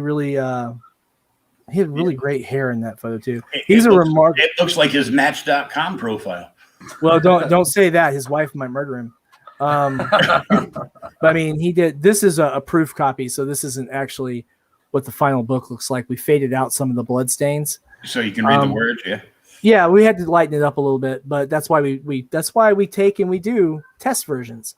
We had to lighten it up a little bit, so we made it look like someone had bled into the book along the spine, and then we had some really cool art that came in with this. It was nice. It was really, really nice. And then he did the first illustration of Ild, right here, who is the main bad guy for Death Comes to Glenfollow. She is based on an actual murderer we have in prison here in Kentucky. Oh, wow. Yeah. Oh, that's really cool. And of course, I love hardcovers, so it's a winner right there. Yeah, it's available in hardcover and in softcover on Drive-Thru-RPG and on digital too, for that matter. But yeah, we got banned in the UAE. That particular copy doesn't have a lot of art in it because it's a test version. I think that one's one I specifically printed just to test the background art against the text to see how it was going to go. But yeah, I I think it's the second bestseller in the Sinopa catalog for RPG stuff. With the first one being the Steel Road, our weapon source book for D&D. That was illustrated by Zach Viola. It had 113 illustrations or something like that, plus the cover. And it's all done. It's all done sketchbook style. So I mean, it's really wild. So we did 50 weapons, and each weapon has two versions: a regular version that's modeled on actual weapons, and then the legendary weapon, which is either the enchanted one or something very historical. And then Zach wanted to put in a couple of things that really don't have any basis in history. So there's like two weapons in there that you can tell when you get to them don't fit with the rest of the book. But it's still fun, you know. So we did actually the fun part is the collective down at Altamonte Springs, they carry those. And so I set up so that they have the ability to order directly from the print-on-demand catalog at a retailer rate that we set up for them. So they can get those in. We're working on setting that up with Gotham Underground because they're looking at moving into selling D&D stuff and other RPGs. So we got them hooked up there. And basically the idea being that if they need the books, they can order them directly and handle it directly through drive-through so that they're really just putting their order together. And it works best really if they've got like, a handful of books they want to buy. So it helps mitigate the shipping expense, but it's been working out pretty well so far. Very good. So Will, write some stuff, man. Print some books. Get some comics out there. Yeah. I gotta sell my toys and a whole bunch of comics, and I'm gonna tell you can write an adult title called Boob Bouncer. Yes. And it'll be the tales of a superhero bouncer working in a demonic strip club. The stuff writes itself. Yeah. All strip clubs are demonic. Okay. Warren can be the regular human bartender guy who's just sitting there because he's trying not to lose his soul, but he has to pay the rent. That's right. So he's slinging drinks and getting tips and saying, yeah, I'm okay over here on this side of the bar. I'm just gonna stay here and you guys drink and don't sign anything the girls put in front of you. Well, first of all, the first rule of strip clubs is there's no guys bartending. I don't know. Here in Kentucky, like all the strip clubs that I've ever been in have always had guys bartending. And when I lived in San Francisco, the strip clubs that were there were all bartended by men. Now, in fairness, like I was at Mabel's a lot, and Mabel's had a horseshoe stage where on one side they had male dancers, and the other side they had female dancers. I was going to say, well, you're talking San Francisco, so it's yes. Yeah, all the Portland ones I've been to, but usually it's the girl that doesn't want to strip or the one that's been injured or along those lines bartending. Or the pregnant chick. It's always them.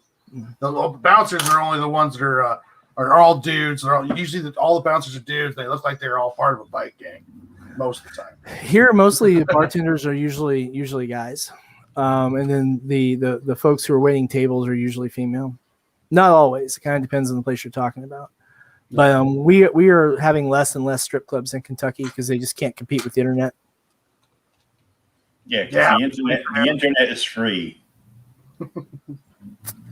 It's also the thing that, once wives and girlfriends started doing some stuff that guys are going to strip clubs for and paying, they just stayed home.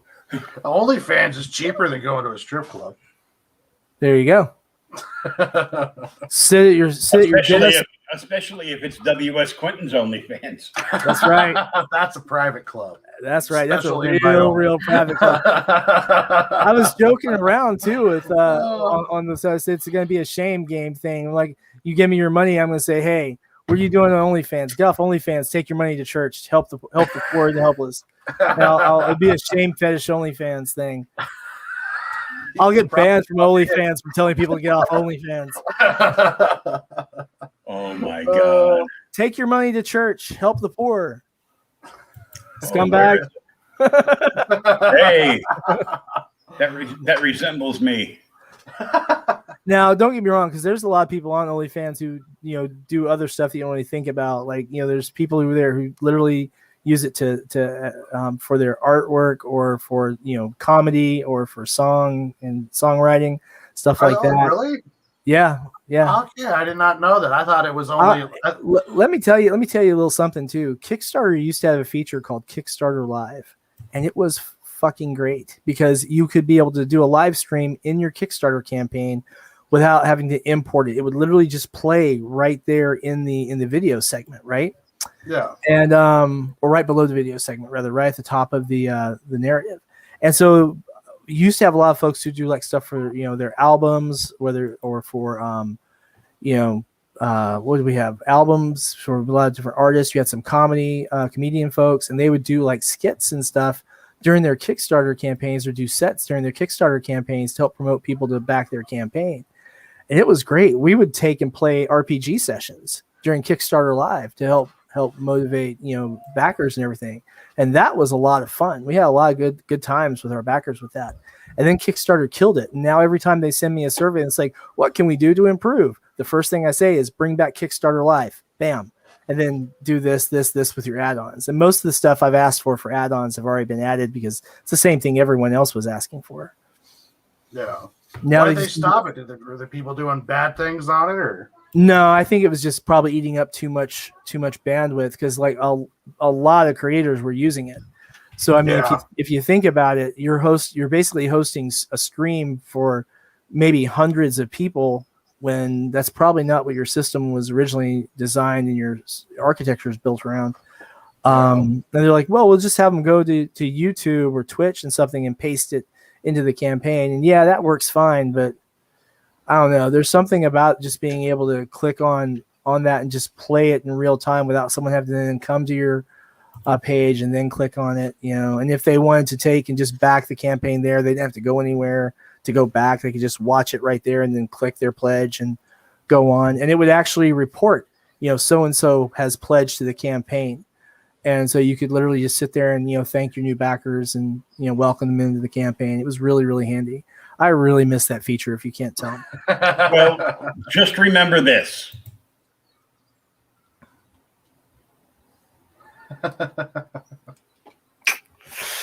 Well, I can't do the visual art stuff.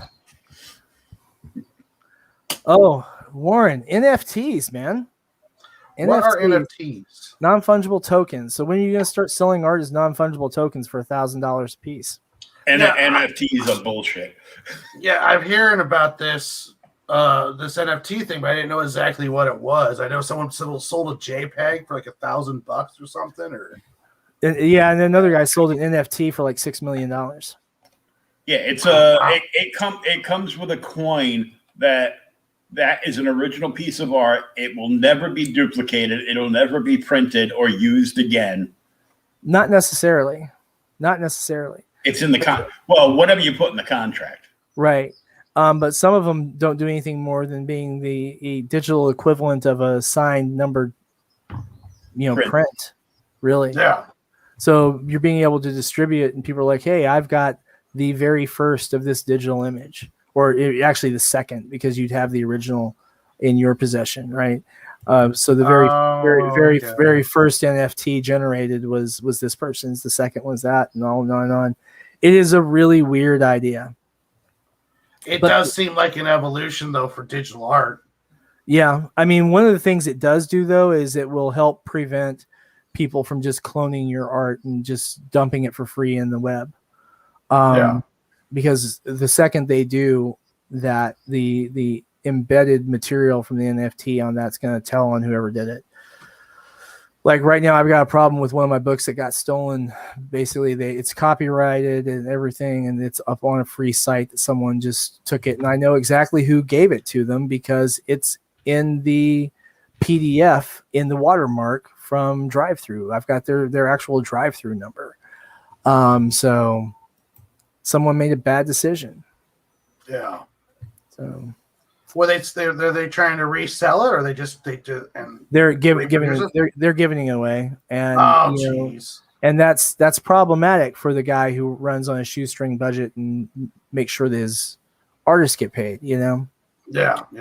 So, I mean, your copyrights are only good as much money as you got to fight to defend them, right? I mean, like, well, yes and no. The site that's hosting it's in the UK, and I got a buddy who is in the UK who works in a law firm, and so we're seeing what we can do. I don't think they're going to expect that because no one expects the British Inquisition, you know. It's always the Spanish. So, well, you can send a couple over. Yeah, I don't have those kind of friends in the UK. I can't send a couple of gentlemen in sunglasses to go check for kidney donations. I can't do that. No, I just meant a couple of Spanish guys. Oh. That way it could be the Spanish Inquisition. Keep up, would you? Well, as Wesley once said, I've known too many Spaniards. Mm-hmm. Okay. Well, guys, I'm going to go ahead and get back to work. And thanks for letting me butt in for a little bit. I hope I didn't cause too much trouble, Will.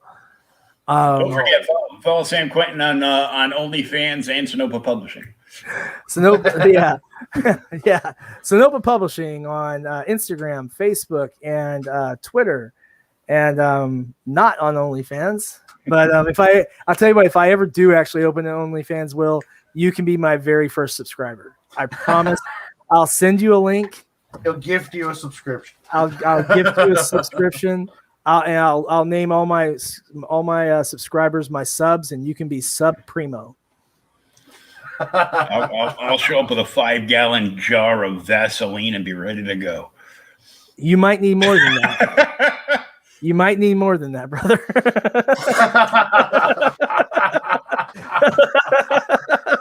Oh man. I made him laugh. And it hurt his back. I'm sorry, Will. I can tell as soon as you started to laugh, that hurt your back. I'm sorry, man. I think Warren threw out his back laughing too. Jeez. I know, I'm about there. So, everyone who's watching this, watch for the wonderful artwork of Warren Brown coming to you in Dungeons and Dames, which is coming to Kickstarter in late April this year, 2021. Also hosting art from such notable persons as Aisha Ghul Saveh, Alexia Veldhausen, Nick Capone. The list keeps going on. Rebecca Lisbeth Colthart, pardon me. Lotus Blair. Chelsea Cohen, Lotus Blair. God, the list is long. Nick, we've already said. I'll have to actually look. Otherwise, Paul Walcott. Paul Walcott, yep. And I'm going to pull the list up or I'm going to forget someone. There's too many artists on it. We've got Dungeons and Dames 2021. Alexia Veldhausen, Aisha Ghul, Greg Harms, so long as he can find some time to finish his pieces. Kelsey Cohen, Lotus Blair, Nick Capone, Paul Walcott, Rebecca Elizabeth Colthart, Warren Brown, and the inevitable, undeniable, irredeemable Zach Viola. Zach's gonna murder me for calling him irredeemable. So when they find my body in a canal, someone check Zach. No, I love Zach. He's fantastic. And hopefully once I finish writing it, hopefully we'll see Zach doing the art for Moonlight and Mad Men, which is a project we hope to get out either this Halloween or next Halloween. Oh, very nice. Yep. So, how many series are you going to be running here pretty soon by the end of the year? Well, the Tarot Adventures is the first series that went, and that's the Adventures. 47 Furious Tales is the first comic series. Dungeons and Dames, if it does well, will be the first art book series. And then we'll have the series we're not ready to name because we're still playing with the title with me and Nick. We'll have Super Willow, which is a kid's comic. And then there's a near future dystopian fantasy title that I have in development. Lord. And then there's a near future themed, it's fiction, but it's more of a near science fiction thing where it's based on the developments in space exploration and exploitation, and it's basically a comic exploring things are going to be like in the next few years as rocket technology evolves, as the commercialization of space takes hold, as we see more nations and corporations vying for their place in the next great frontier. Yeah, nice. So that's gonna be hard, but hopefully we'll do well when we get ready to bring that to Kickstarter, because there's a huge space fandom, and there's a couple of YouTubers that I want to get on board to promote it. So if we can do that, we should be okay. Cool. Yeah. So. Well, I'm always here. Yeah. Well, actually, Will, we might put you in Midnight and Mad Men if we have a page space for you. Gonna be a big page. Moonlight and Mad Men. I messed up my own title. Sorry. Moonlight and Mad Men. Make you a modern werewolf. That's gonna be awesome. Good. Now I got teeth again. You'll have teeth. You'll have hair, and then when the full moon wanes, it'll all fall out. Oh, great. For one panel, I'll have hair and teeth. Nobody will recognize me. Oh, I'll have to bring that picture forward of me passed out drunk on a friend's sofa at a beach party with my mullet going. There you go. But hey, seriously, get some writing done, man, and do the bouncer in the demonic hell club thing. You would be good at that. I think you could tell some really cool stories that way. None of them, dude. I would have to team up with Christy Shen for her to do the art and for me to write it, because it would be an strictly adult only that book. sounds like a powerhouse project if I ever. That heard does, one. man. That sounds pretty badass, actually. That's one where I'm like, "Where's the Kickstarter? I'm gonna save it right now." get Steph to do a cover for it, just to make it, and then put Christy's on. I'd have to go under a pen name, because all the dancers that know me would be like, "Motherfucker, you told me you'd never tell anybody about that." We'll use the pen name Bill Roker. There you go. Perfect. Bill Roker. That's a pen name for you. Al Roker's whiter brother.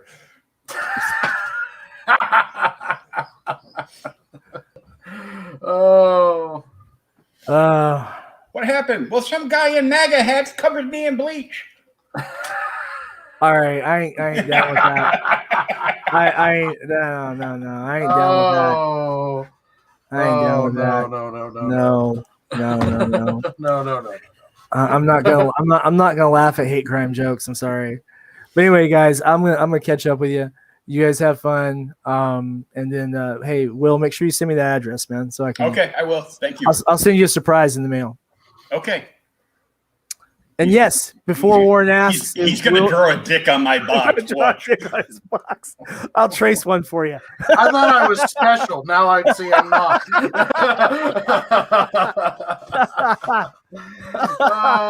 He's going to trace it. I won't be able to see it without my glasses. Oh, this is going to be hysterical.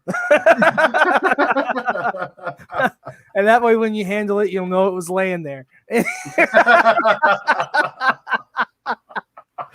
I wouldn't do that to you, Will. I wouldn't do that to you. I got this package in, but it's funny. It smells like ball sweat. What's this funny stain here? Oh, no. All right. Like grated cheese and protein. I don't know what's going on with this box. You need to see a doctor, brother. You got a problem. Yeah, you might want to get that checked. Yeah, they've all quit talking to me. They're like, if that's where your mind went, yeah, you need to see a doctor, bro. Yeah, therapist, nice comfortable couch. I was thinking of a urologist. You need to get some tests run. it smells like soggy sugar crisp. Yeah, you need to get tests run, man. Yeah. All right, well, guys, I'm gonna head. You have a good one. All right, thanks for Have a coming good one, out. Sam. All right. I don't care who you are. That joke was funny. That was pretty funny. It's not like I said I was going for a Subway sandwich at 3 o'clock in the morning. Oh, jeez, it's too soon. Yeah, it's never too soon to get a Subway sandwich. That is true. As long as Jared's not fondling me, I'll be okay. You're out of Jared's age range. Mm-hmm. Thank goodness. Oh, Speaking of Subway, I gotta get something to eat. oh yeah. I gotta get some more friggin' Tylenol on me. Well, I hope you do feel better, man. Yeah, I know. I think as soon as Pops read that, I was in the hospital, he had a mental breakdown because what am I gonna do if Phil doesn't show up this weekend? Holy Oh yeah, that's right. ComCon. That kicks off tomorrow. It's kicking off right now. He's doing a kickoff show With Simon. With Sim and his YouTube partner there, Chris Evans. Cool. Not that Chris Evans, but Sugar Chris. Oh, okay. Sugar Chris Evans. So and there's a running joke about him going down to Louisiana and doing like it's kind of like the running of the bulls, but it's a whole bunch of people in red dresses that like run through the streets. So I guess it was like one of Sim's Kickstarters. If it gets up to a certain amount, Sugar Chris there is going to get in the red dress. Oh, and so there's so many jokes about him in the red dress. I go, oh look, 2 sugars, 1 cup. So every time I come on I go on a live stream and he's on. I don't care if it's his stream. I don't care if it's my stream. He's like, hey, what's up? I go, hi, Sugar. Makes everybody feel uncomfortable and laugh.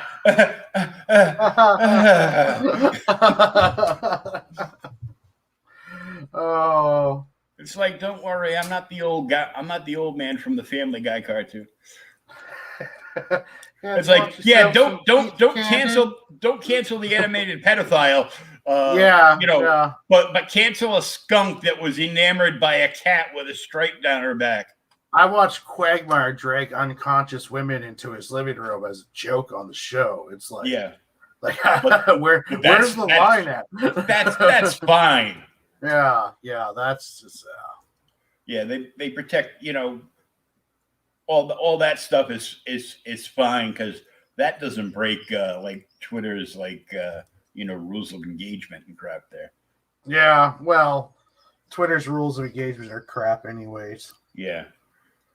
Oh, that's what happens when your CEO dropped way too much acid in the 50s. Well, yeah, and they're all agenda driven, trying to pretend they're not.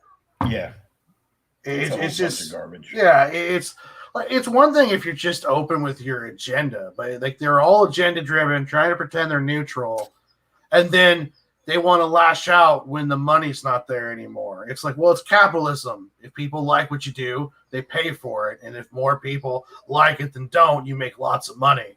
And if more people start disliking it, you stop making money.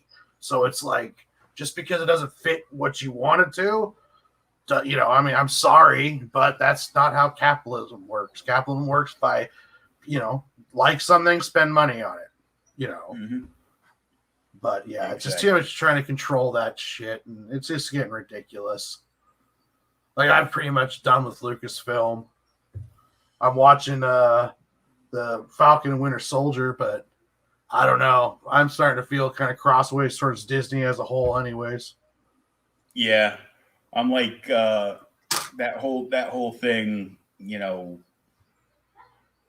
Left a sour taste in my mouth, and then I found out like all those Dark Horse comic books that they said weren't canon are now being worked into canon, and they've like shot through the roof. Yeah. Like Legacy, like the first issue of that's like 180, like basically $200. issue 1 and 2 together is like $300. The first issue of the Clone Wars comic book series, because it's the first appearance of Bo-Katan in comics, is like $1,000.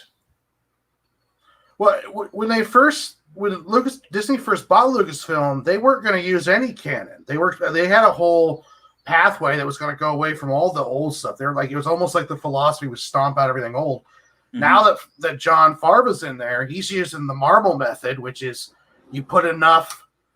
You hire creators who create a story with enough lore and love where the fans go nuts. But it's someone like my brother who doesn't like any Star Wars at all. He watched both seasons of The Mandalorian, absolutely loved it. Didn't know what was going on, didn't know any of the characters, but it's a good enough show that even no fan is like, I like this. But then I'm sitting over next to him like, oh, what he said there, that's connected to this and this, and I'm getting all excited. And they were the failures at DC and the early failures at Lucasfilm with Force Awakens through The Rise of the Jedi are all examples of essentially not caring at all about the lore of the fandom.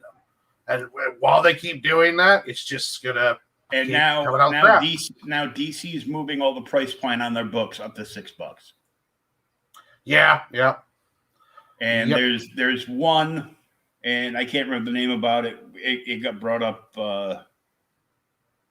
earlier the other day in a different stream. I can't remember the name of it, but it's like 48 pages or something, but it's like $10. Yeah. And I'm like, well, they're getting closer to Kickstarter prices. I'm like, dude,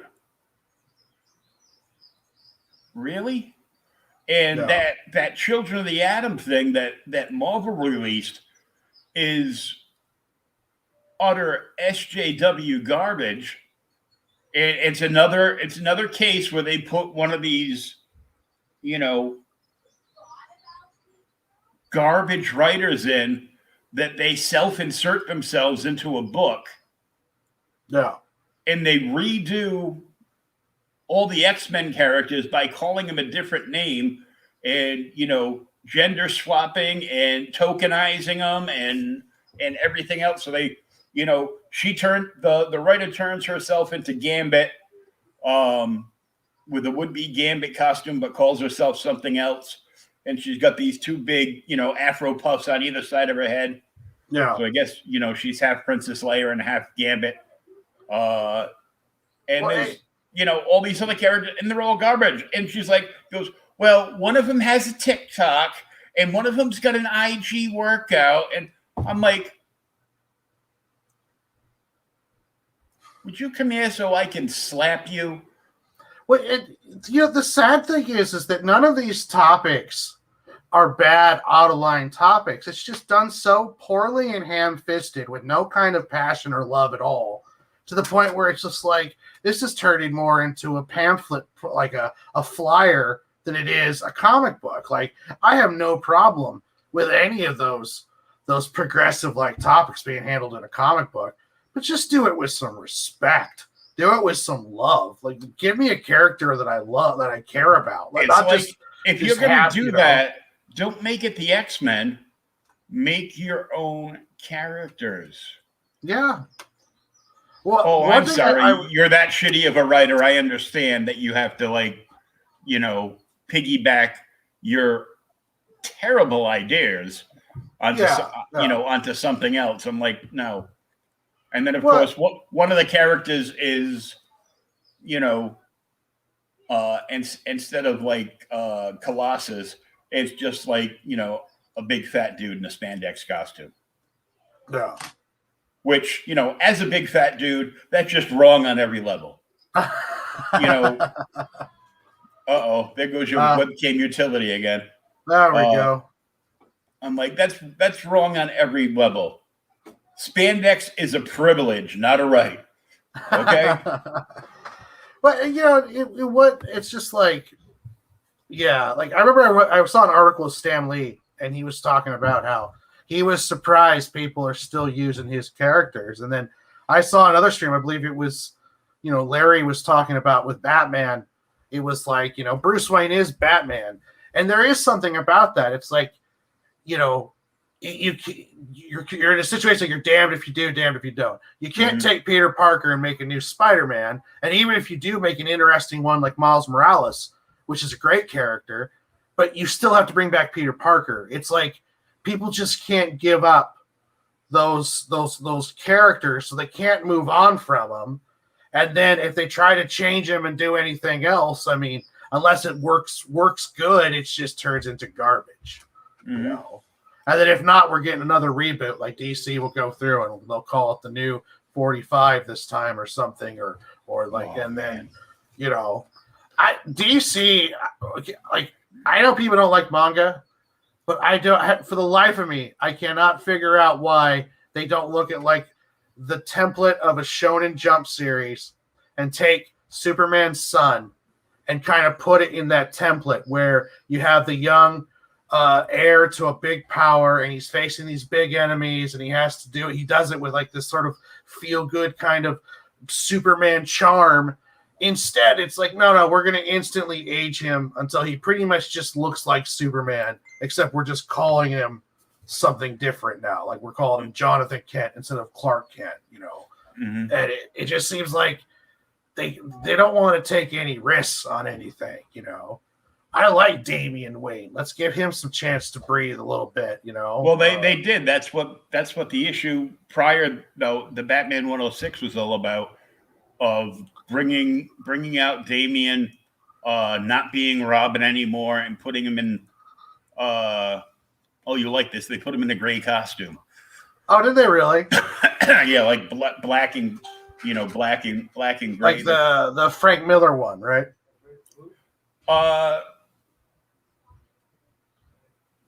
The black and gray Batman? No, because it's they made like a new costume for Damian. Oh, okay, I got you. And it's got like a lot of black and gray, and he changed his name. He's no longer Robin, and all this other stuff. That's because Tim Fox's kid is Robin, right?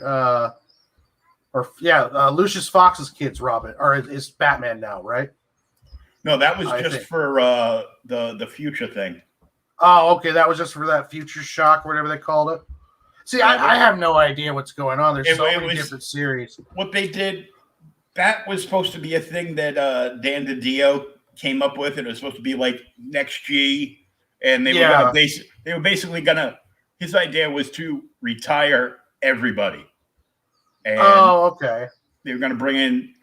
Basically doing, the next generation, which they've done like a million times before. Yeah, and it never sticks because people want their Bruce Wayne as their Batman. They want their Peter Parkers, and you get some good stuff like Ultimates. Yeah, but they did this as like a 2 month. It was a 2 month run. So there were like a few. There was a few books that actually launched out of this. Like they had like a new. They did a completely new take on Swamp Thing. Okay. And they're launching based off of that version of Swamp Thing and the characters that were in that book. Those couple of issues, they've launched like a new Swamp Thing title.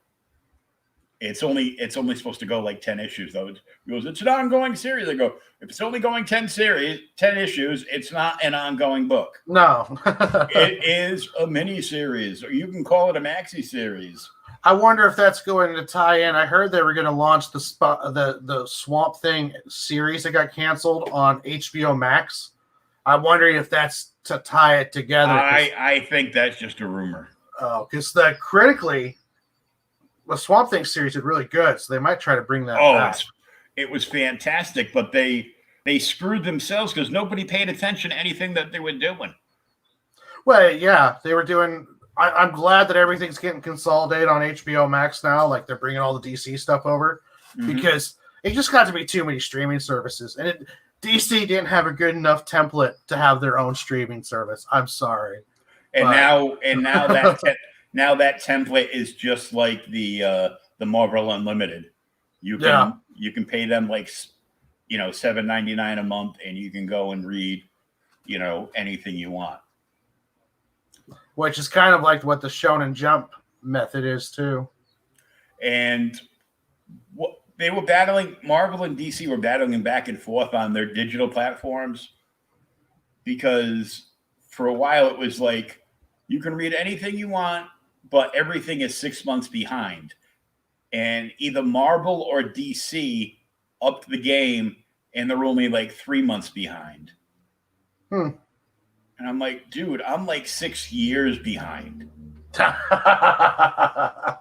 I'm like, I was almost a year behind on some things in 2015, going into 2016. And then, I died and went into a coma and, came back a few months later. And then I was in a, rehab hospital for friggin' 2.5 years. And then I moved to like this tiny little closet apartment. And then I got here and got all my stuff back. And I'm like, if I stopped buying comic books today and didn't buy anything else, and even sold off the ones that I have no interest in anymore, and I sat down to read, I would still not read everything I have now that I'm going to keep before I die.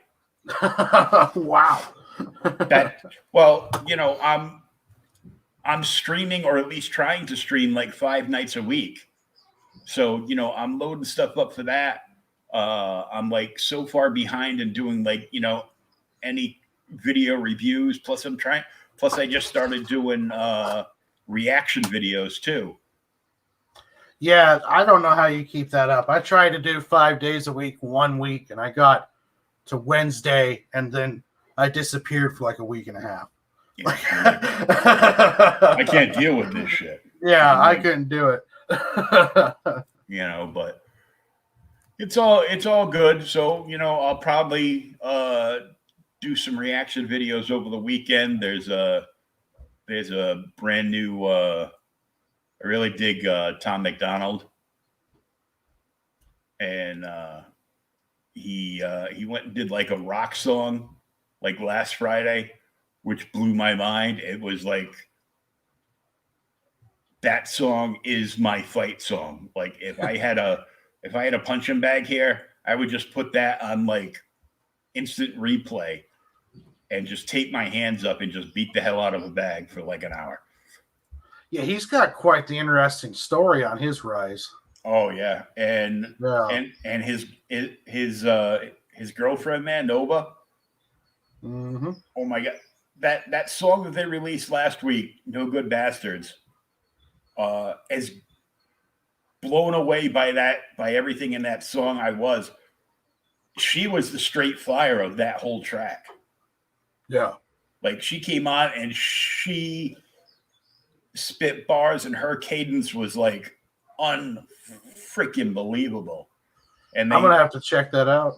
And he dropped a brand new one today called Church, and it's about like the hard times he had, like with addiction and everything, with alcohol and stuff. And I'm like, oh yeah, I'm right there. I was drunk.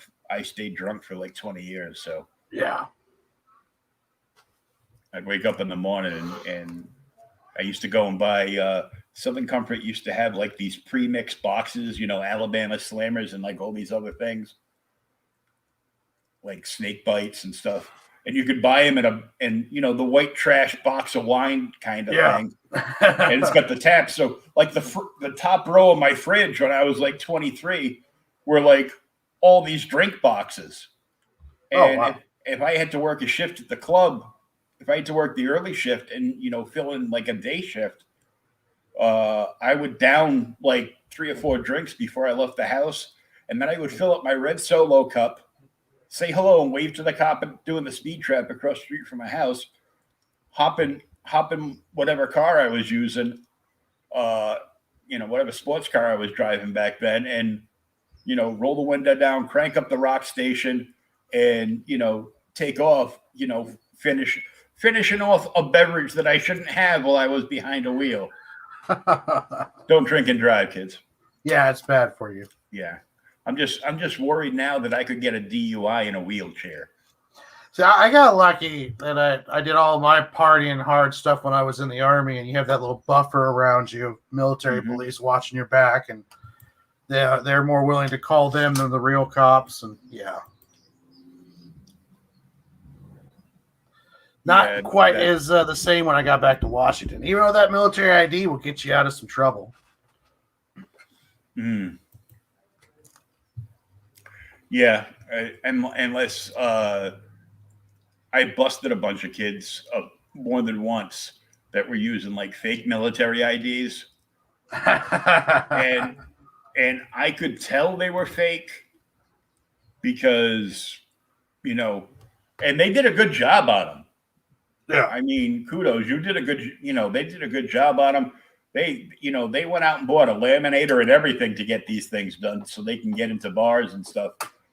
The problem they made was whoever's military ID that they stole and copied from,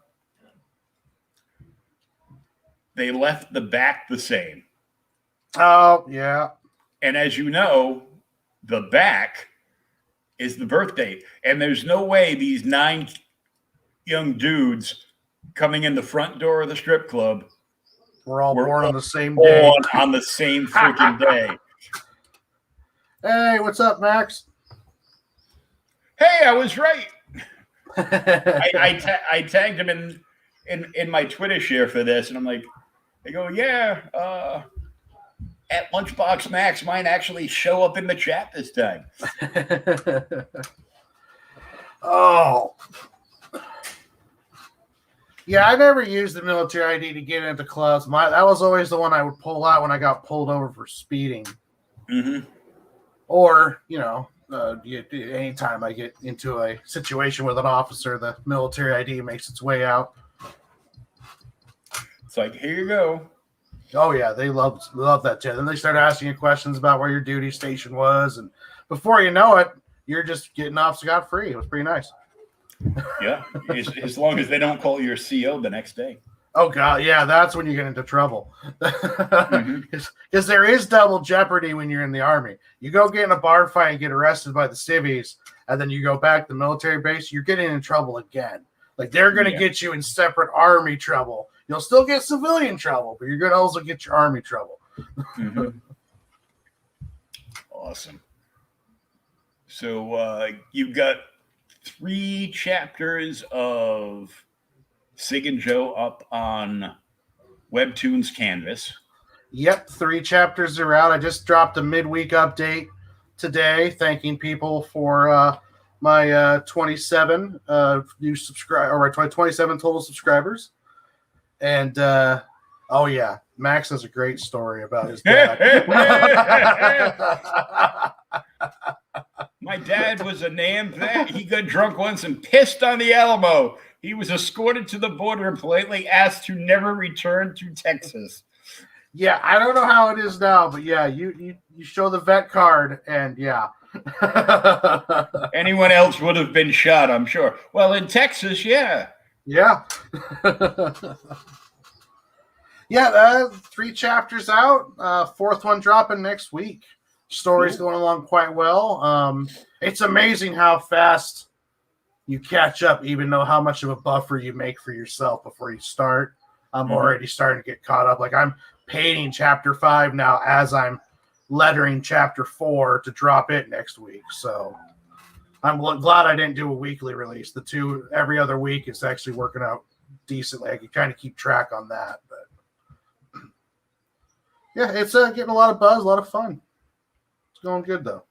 Yeah, getting some traction, and you've had lots and lots of eyeballs on it. So yeah, that's every day someone's looking at it. So and that was even before I was promoting as heavily as I am now. Yeah, every day someone goes through the list looking and then sees it and then takes a look at it. And it's not equivocally as many subs, of course, but it's also no one's like pissing on it. So that's also a good thing too. Yeah, it's still keeping like a good star rating and everything. Yeah, a lot of people who've been reading really like the humor. It's coming through good, and Max editing has been a big help on making sure that it's all legible and looks professional. And Yeah, it's been a lot of fun. Yeah, because there's like so many people that go up on that site, and it's just crazy. Oh yeah, like you could get readers from it, and it could translate over into monetary, but it's a long road, and it's like they're the top Kickstarter. One of the top Kickstarters last year was a webtoon, and she like made I think it was like over 100 grand. But the thing is though, it was only like 1% of her webtoon fan base actually came over and got the book. So yeah, that's a pretty crazy. Like it's like you're only going to get 1% of your audience is going to buy something. You know Mhm. that's a lot of work, and it's also with webtoons. It's a marathon. Like they want to see that you've been there for a while. Like I realized with this comic, I'm kind of committed for the next couple years just to build up. If I want to really take webtoon serious, you got to put you got to put 2 or 3 years into it. You just can't get on there and be like, hey, this is my comic, and then it just shoots up to the top and people love it and shower you and all that stuff. Yeah, that doesn't happen really.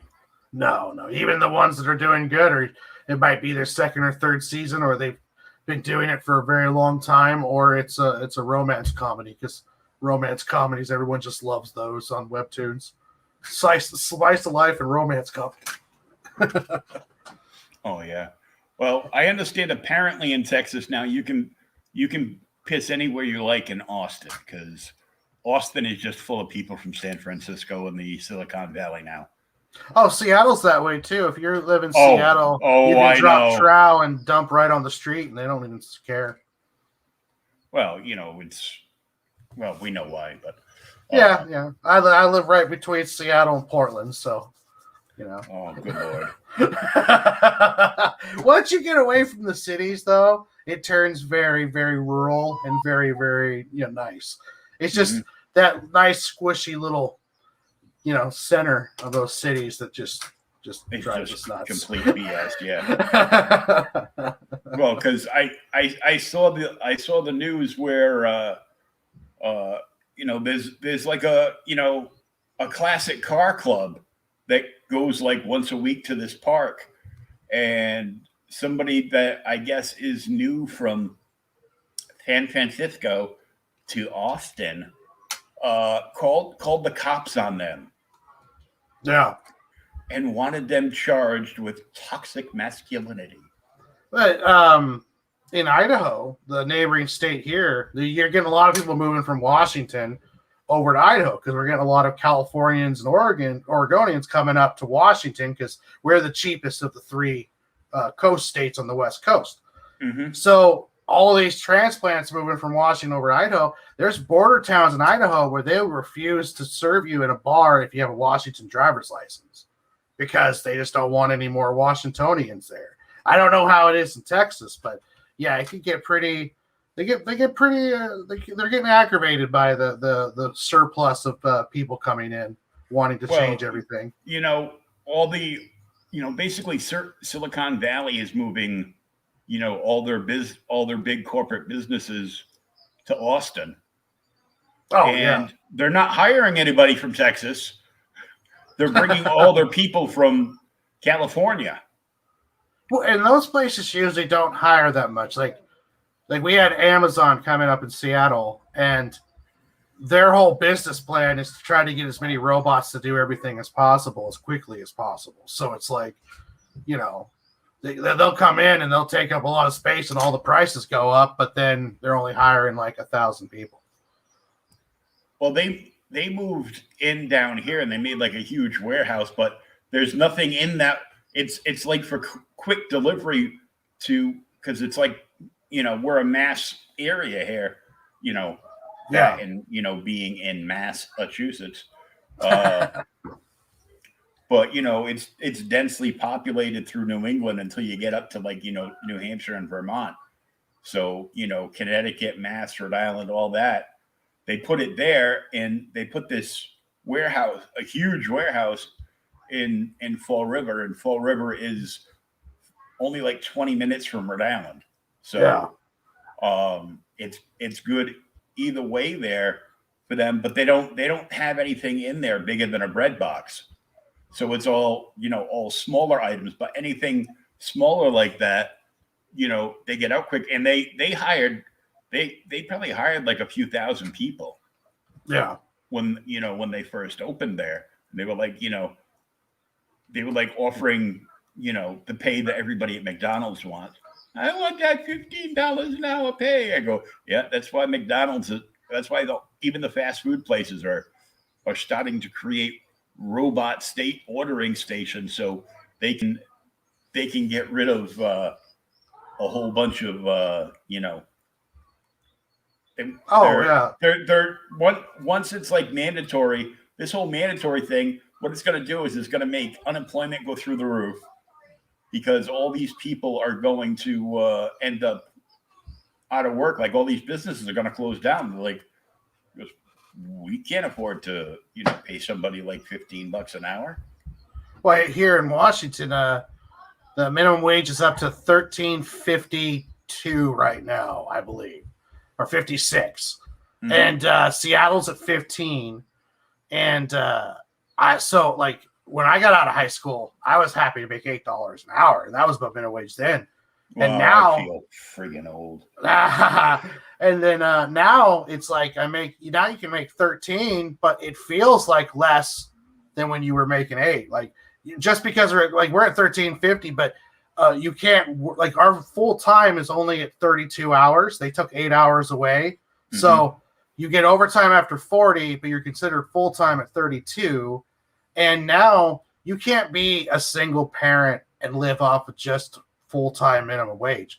The rent is like, you can't find a decent apartment for under $800 here, or for under $1,000. And if you're going under $1,000, it's going to be pretty crazy bad. It's the inflation has gotten so sick around here.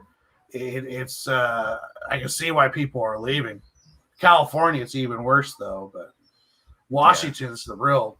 It's almost like it's getting to the point where they don't want us to live here anymore. It's like, just leave. They don't, because, fires and all. Yeah. And California's even worse because, and Max. And that's with no pets. Yeah, no pets. Guess that means I can't bring my daughter's mother with me. I haven't read that article yet, but I have heard about that guy getting canned. It was something to do with cancel culture. He had something on one of his Kickstarters or something. Yeah, that was pretty crazy. Kickstarter canning one of their executives. Oh yeah, well, there was this woman, I don't know whether she was a reporter or she'd just been hired, and they fired her, for something she tweeted like 10 years ago. Oh, geez. It's like, look, if the first thing you're going to do is dig back like 20 or 30 years on all my social media, man, you ain't going to have to go back that far to find something offensive. But, man, I'm like, Well, there's no road for redemption. Like it happened 10, 15 years ago, but they're not paying attention to anything that happened between then. It doesn't matter because you can never appease the mob. They will never be satisfied with anything. Well, also too, it's not driven by any kind of virtue. It's about clicks, and they're monetizing it. They're trying to get that power and those clicks and that influence and that look. And so that's why it's always so weird. It's like 1 minute they're going after Pepe Le Pew, but they don't say anything about anybody else. Campaign. It was an anthology with one of the guys. Had interaction in the past on. So it wasn't even his fault. It was someone else that he was working on the book with. I mean, that's on his tabletop RPG show. Oh, everyone freaked out. Oh my God! It wasn't Sam, was it? Oh no, it wasn't Sam. I'm kidding, Sam. I'm kidding. Careful now. I'm kidding. But.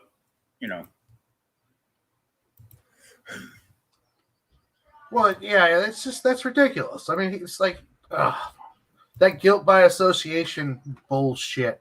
Mm-hmm. It's just a way to oppress ideas too. It's like you can't even talk about if you disagree with me, then you're a fascist racist, and that's like, well, what's the point of even talking then? It's like you're a racist. You're in love with Donald Trump. Oh yeah. I got insinuated that I was a bigot because I said cancel culture was real.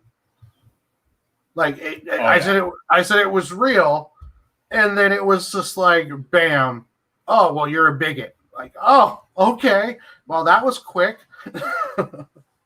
Kickstarter says it was a mutual decision. That's a bunch of shit right there. The air quotes around that one. Yeah. Shitty optics at the very least. Other people involved in the book who weren't even involved in the tabletop RPG guy got harassed by the public. Of course they did.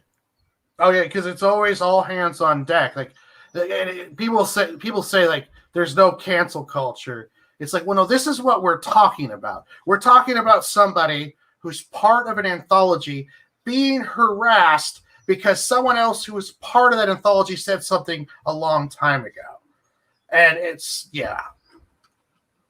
they're not teaching anything. It's all about punishment. They don't care about trying to make the world better. They just want to get their brownie points and punish people. And I'm sorry, it's like, is there racism in the world? Of course there is. Is it systemic? No. It's ingrained in the people who are running the system, but the system itself, I don't believe so. And I mean, it's not that. It's not that, but if you look at it, it's like, who was all for slavery? The Democratic Party. And then of course they come back with no, they switched. Yeah. No, that's just a leftist talking point. It's bullshit. Well, that never happened.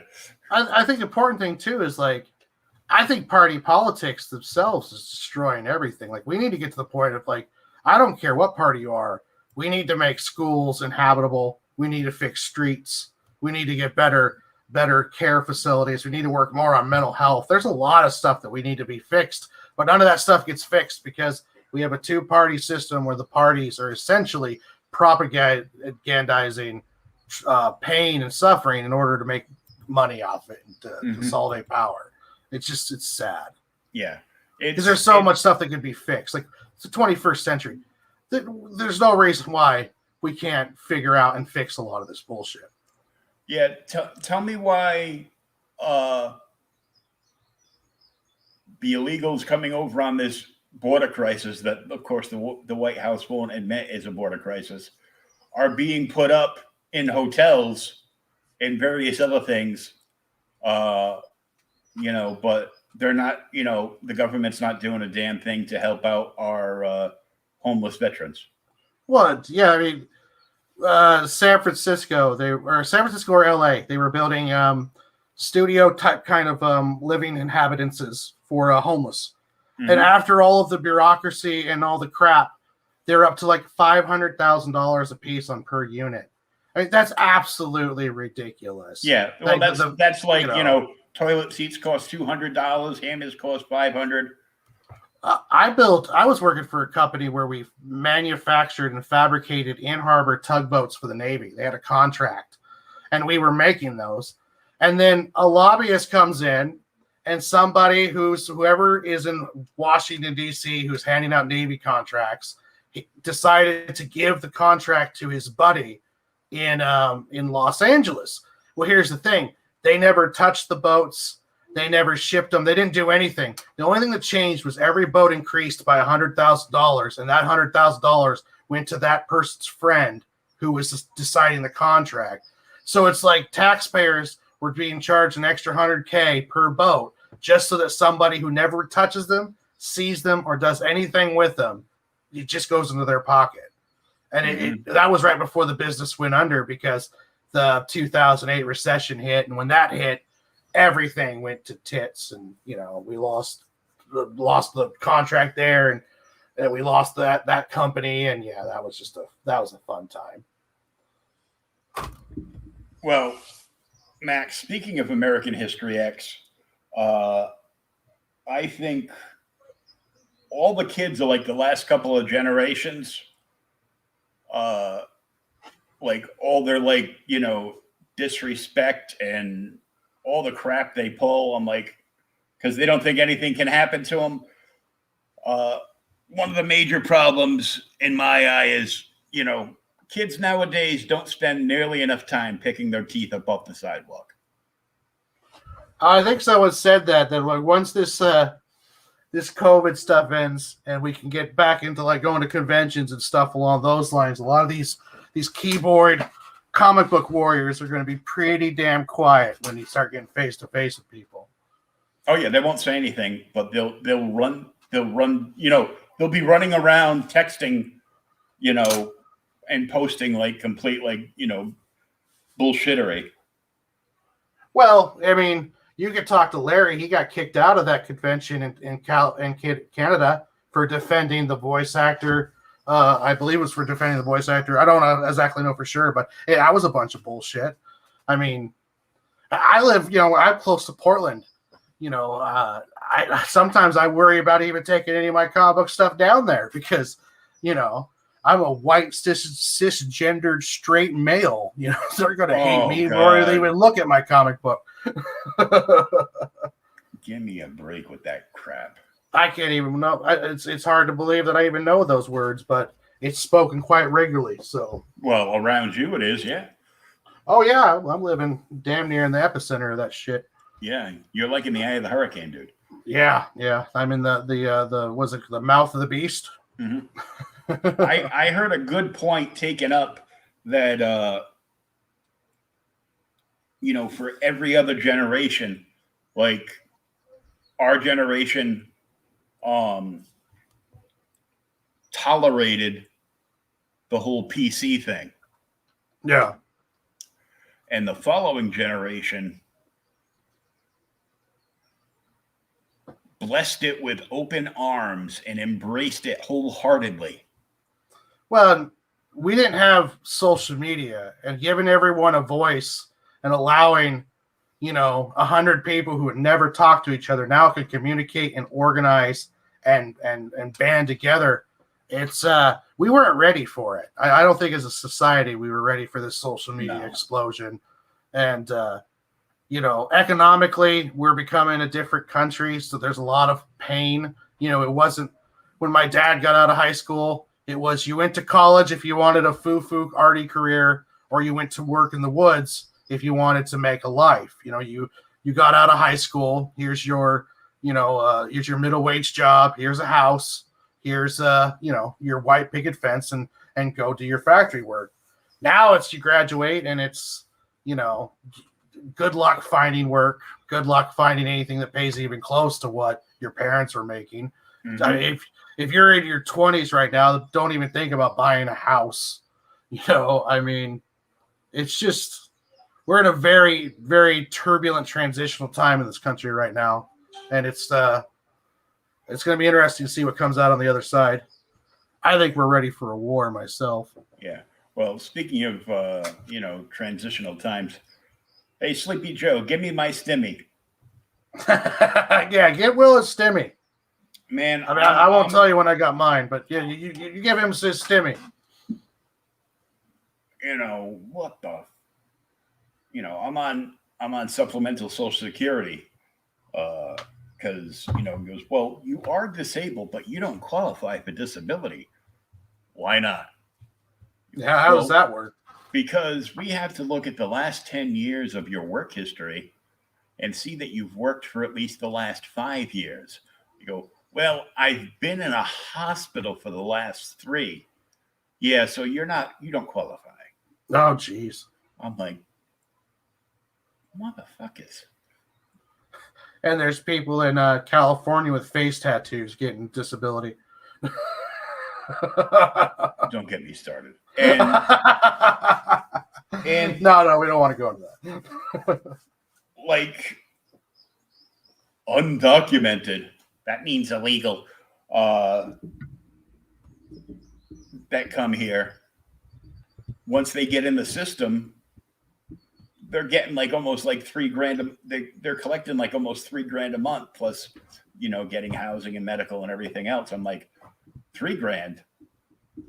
I got to live on less than $1,000 a month. I get like, $850 a month. That's it. I'm done. No. You're like, well, why don't you try to get like a part-time job? I go, well, because my meds won't allow me to. And if I do, and if I already asked it, I go, well, if I could get a job like 15 hours, just 15 hours a week to make a little extra, what would that do? He goes, oh, well, you would lose all your benefits. Yeah, because then you'd be making too much. I go, oh, yeah, on the program I'm on, I'm not allowed to make anything. No. And during the Obama era here in Washington, it was if a couple stayed single, was separated, had different addresses, but had kids together, after all of the programs, benefits, and schooling, they could be making close to about 50 to 60 grand a year in Washington State with all the benefits. I'm not sure where it's at now because we've spent a lot of money on COVID, but yeah, it got to the point where it was like, don't get married and don't pretend you don't living together, and we're going to give you $60,000. Oh, well, out here, my mother used to hear it all the time. When I was little, my father, took off, and every time she went to go take him to court, the woman would tell my mother, the worker would tell my mother to get a live-in boyfriend and then just lie and say he doesn't live with you, and you can collect a lot more. Yeah. They're instructing people how to do it now. Yeah, it's like, it goes, well, that's why there's no fathers. That's why there's the fatherless rate is like through the roof, because they tell they tell a woman that isn't in the best financial situations, like, well, kick the father out of the house, we'll take him to court for child support, and you'll get paid like enough money to stay home and never work. Yeah, Washington, if it is not a good state to get a divorce in, that is for sure. If you're a man, no state is. Well, if you're a man, well, it depends what state you're in, because if you're like you said, to quote you, if you're a white cisgendered straight male, thank you. Yeah, you are. I prefer you were about to get your insides pulled out in payments. It's like, well, you're here for child support, and I see you were never married, but she got accustomed to that lifestyle, so now you have to pay her $1,500 a week. Yeah.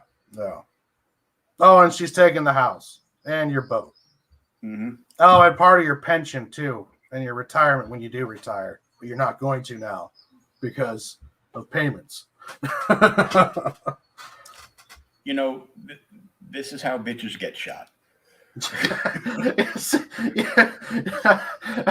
like I'm not saying it's right, but I understand how someone can get in that mindset. Yeah. Well, I'm not saying it's right. I was never married. I got a daughter. They pulled custody off of the mother and, granted me custody, which was up until the time, I was in a coma. Yeah. And it wasn't until well over a year after that, Mother of the Year showed up and wanted to see my daughter again. And I'm like, really? Yeah. And pulled a big thing. And now she's running 2 or 3 businesses and blah, blah, blah. And, she lost one because she was an idiot because, enough said. But you called her an idiot. I go, like I could get a smart girl to sleep with me. Come on. Uh, She's obviously a terrible judge of character. no shit. You know, it's like if you didn't chase me down, I could have, just been happy being, the drunk DJ getting blown by the dancers in the DJ booth. Instead, I moved in with you and my life went to complete shit. Thanks for playing. Those are the most interesting seasons. Yeah, but we get her and I get along for the most part now, except that she'll call me like all the time, and then when it's time for my daughter to come for a visit every other weekend, like it's ordered by the courts, she disappears or has an emergency with one of her adult children, neither of whom has a license or knows how to drive. Oh, nice. And of course, I'm the bad guy.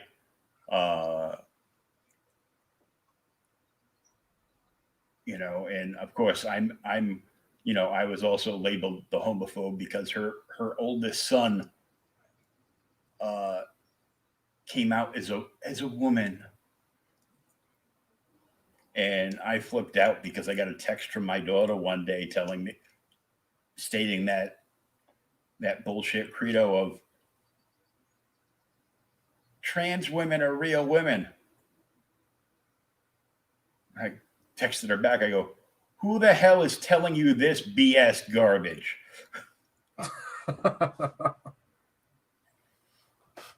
It's like, but it's true. I go, no, it's not. I go, you know how you all like saying follow the science? Yeah. I go, well, I followed the science. Yeah, the science is pretty firm on that one. Yeah. I saw somebody had a t-shirt made up that with Rachel, what's his face name, the ugliest woman that isn't a real woman that works for the federal government now. Oh, I know what you're talking about. Looks kind of yeah. Looks kind of like a young Meatloaf. No. Young Meatloaf was, at least that. Oh, he was handsome. Yeah, I'm talking about like long-haired older Meatloaf, really. Yeah. He still looks better than that. Yeah, that's true. But I'm like, no. I'm like, it's not. But all right, we went off kilter, and I'm sure somebody on YouTube will ban me for this, but well, awesome. I'm glad that I can be part of your banning and probably my first banning, so that's always good. Well, it's who cares? That's true. And no, but she sent me that. I go, no, but the t-shirt they made up was with that person on it. It said, always follow the science. Unless it's about chromosomes, because that's bullshit. I saw 2 biologists attacked. Twitter will burn us all alive. Yeah, be prepared. My young embering career is gone before it even started. Dude, nobody on Twitter is watching me, and I don't have Periscope. I tried to get Periscope. Just be lucky I never got it, because otherwise, they'd be like, cancel culture. We're coming after you. I go, that's okay. I go, I'm my own product, so you can't cancel me because I don't work for a company.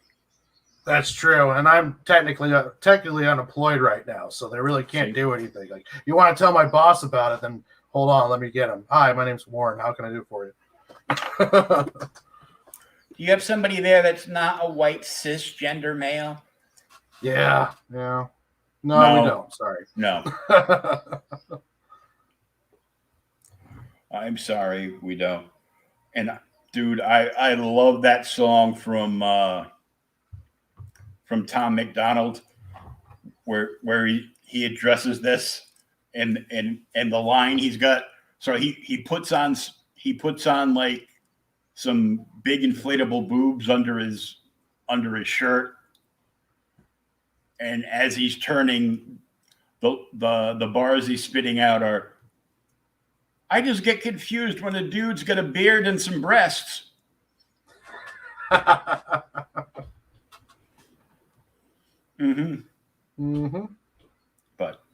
well, I am glad that you came on. I'm glad that W.S. Quinton came on, and hopefully nobody will offer him $1,000 for his OnlyFans, because that happened on our 100th episode. Yeah, that would be creepy. He just kept. No, some dude actually DM'd him. Yeah. Can I get on your OnlyFans? Yeah. Wow. And I'm just like, It was bad enough I couldn't get Pops and him to shut up the entire episode. So, but hey, thanks for having me on, man. This is awesome. When I didn't think we were going to be filling up a full 3 hours, I was like, oh god, I hope I had enough to talk to him about for at least an hour. But yeah, I'll just make shit up to talk about, and then we'll invite some. I'll do a Pops thing and just invite somebody that's in the chat to come on. If Max would show up earlier, we could have just had him on the stream too, Well, we're still working on his internet for his situation too. So, but we'll definitely.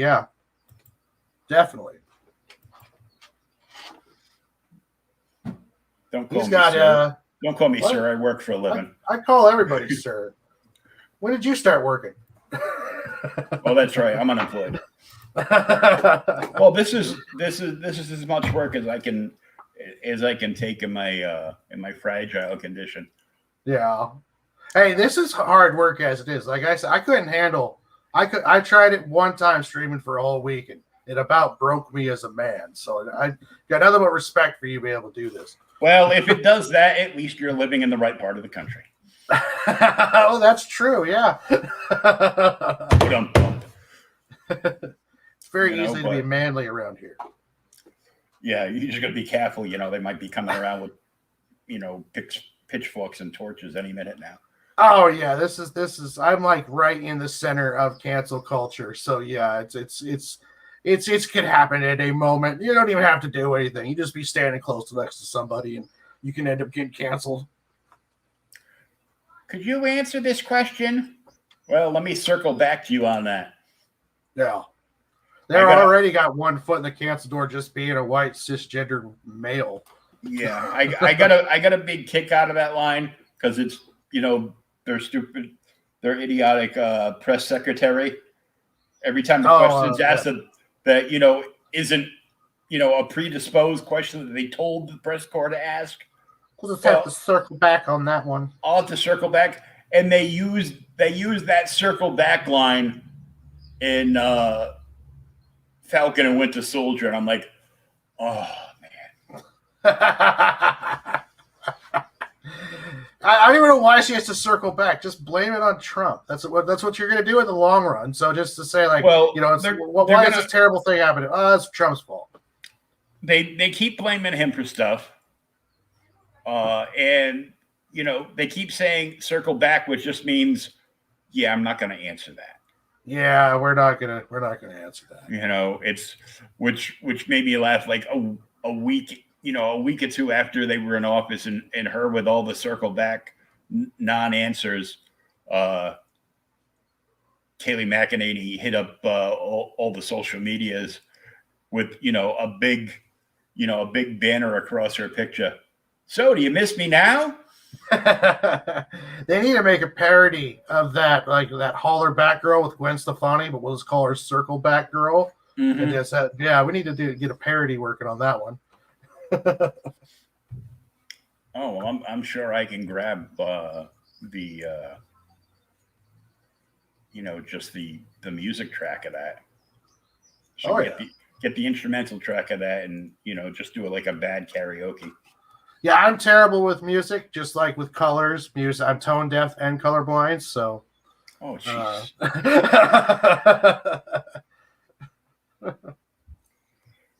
tone deaf, colorblind, and live in Washington State. Yep.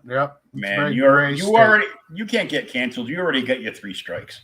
Yeah, I know. Like, it's just the thing too. I think that's what happens. Like, if anyone actually looked into my past, they just might say, you know what, this guy's already canceled himself, so we don't really need to work on this. But that's one thing too, is you can't be canceled if you're too small. Like, there's nothing to cancel, so I don't really have to worry about anything until I get popular enough to cancel, which is probably never really going to happen. I was just thinking what would be awesome would be a crossover between Sig and Joe and Brian Silverback's Tampon Man and Applicator Boy. That does sound like it's right up the track.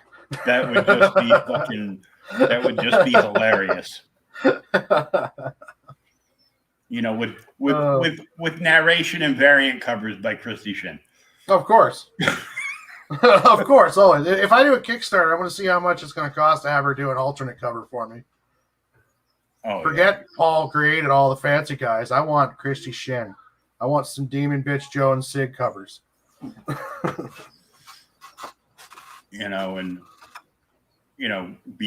Basically be Joe trying to run to rescue Sig as Demon Bitches, literally smoking him. Yeah.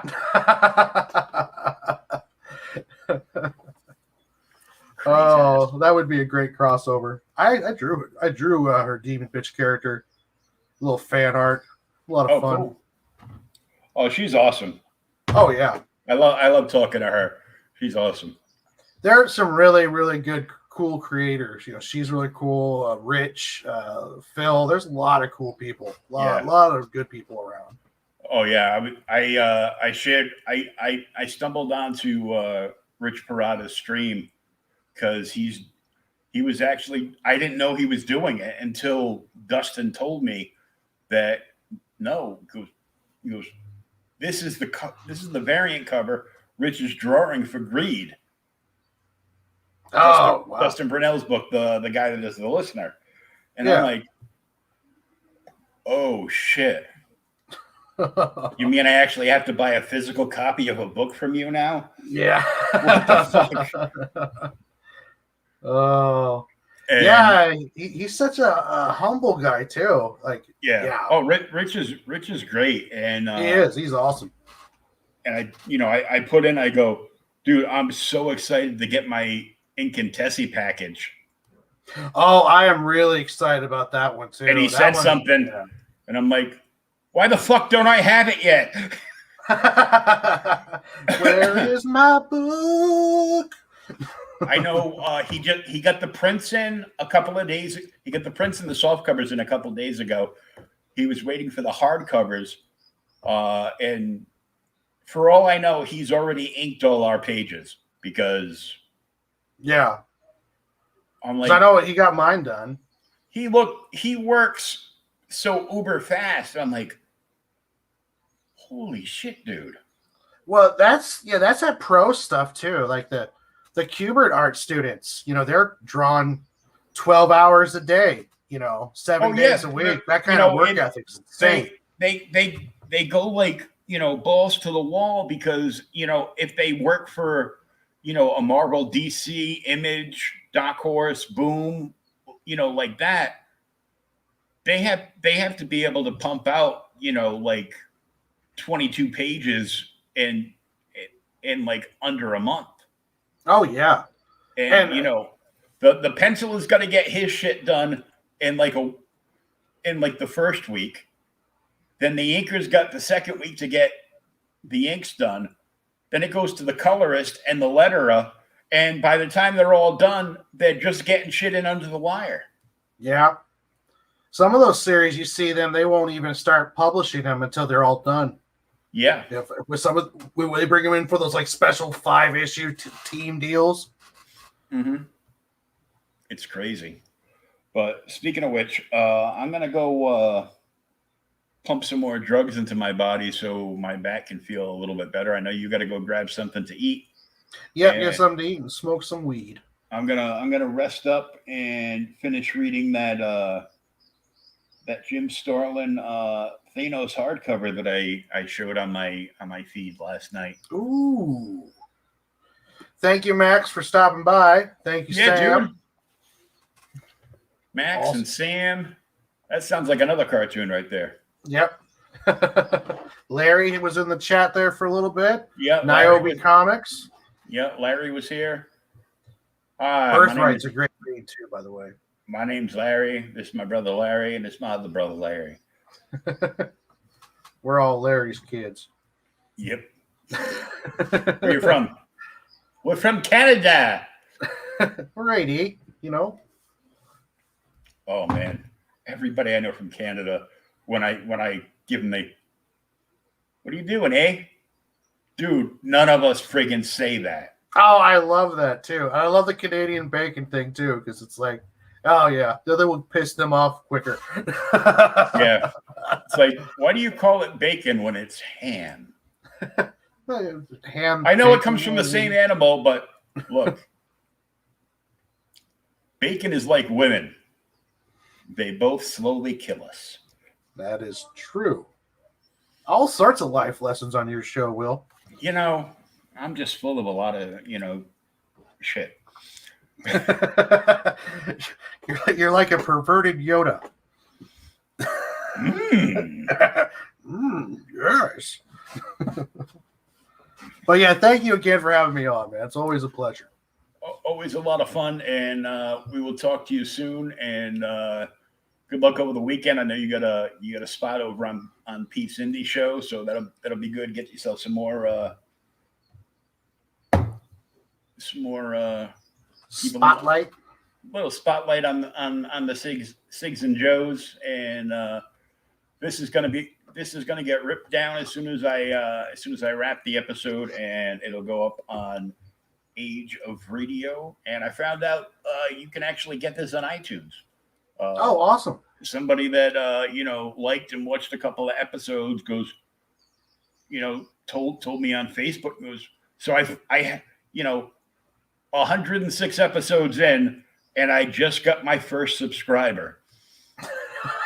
Oh, wow. Do you feel better now?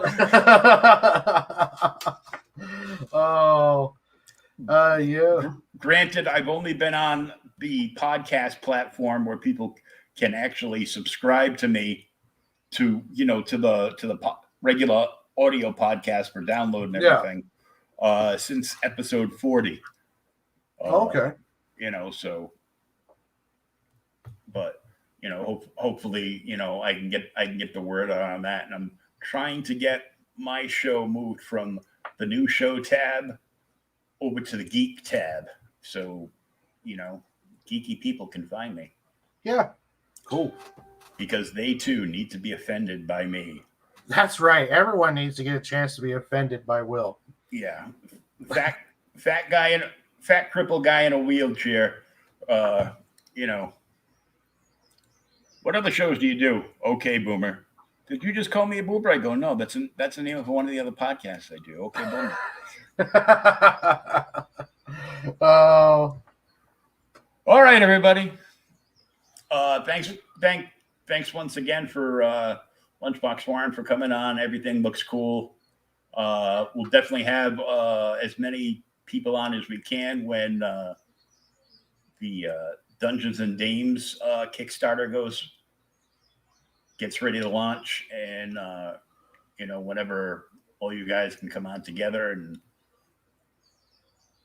yeah, I'll be dropping chapter 4 next Friday. I'll see what Max is doing, see if we can get him on too, and maybe have a whole little lunchbox roundtable here.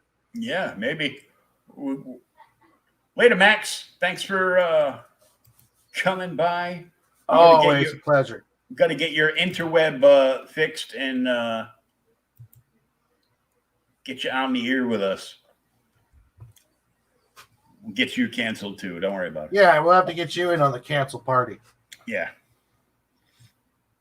So. Because nothing's worse than being canceled just because your friend gets canceled. We got to make sure that you get canceled for your own reasons. Yeah. You're friends with him? I'm blocking you. Saves me the trouble. Oh. I thought I was gonna get, permanently banned off of Twitter the other day as I responded to one of the many tweets from Gina Carano. Oh, apparently me retweeting Gina Carano, I actually have people who have banned me. I found that I've been banned by a couple different tweeters. It's kind of funny. I'm probably banned by more people than I'm being followed. Oh, Max cool. is, oh, cool. Sweet. Awesome. Okay, next Friday, the Lunchbox crew. Heck yeah. That's that whole thing is funny to me. So I responded and I responded to like a bunch of retweets, and I follow Geeks and Gamers and Oh yeah, been following them. and Drunk 3PO because he's awesome. Yep. And of course, I am more than enamored with Gina Carano. So Oh yeah. Yeah. Oh my goodness. Yeah, she could have said some real hateful stuff, and I would still probably keep pictures of her on my phone. But she's just, oh yeah, oh, yeah, the thickness. Oh. oh yeah, I'm down with the thickness, man. Yeah, that's exactly. She can play. Oh, oof. Yes. Hello. Yes. So I sent her I sent a tweet out directed at her, at Gina Carano, and I did the thing that they wanted to ban her for her pronouns. It's like, look, pronouns don't have feelings, neither do facts, but I'm going to tell them anyhow. And I responded at Gina Carano, beep, bop, boop. You're just asking for it. I like it. Yeah. It's like, you just wish a motherfucker would. What is, what's on your business card? I go, well, the motto down the bottom. What's the motto? No fucks were given. Oh man. So it's all good. Oh yeah. But thanks for coming on. And hey, yeah, next Friday, get the whole crew on here, and we'll get a few other people on, have like a little bit of a party. Heck yeah, I'm definitely down. Next episode is going to be mostly U-Turn, Marv, and Amanda. So it's going to be a little change of pace and get to meet some more of the crew. Find me on everywhere on Lunchbox. Just put in Lunchbox Warren, and you'll find me, and you'll find links to the webtoon and everything else that I do. And what'll come up is Lunchbox Warren will come up, and then underneath that, Lunchbox Max will come up. Yep. It's a package deal. Yep. Double package. Okay, enough of that. We're going to go back to OnlyFans in a second. Oh, it's going to die. We'll be here for another half hour.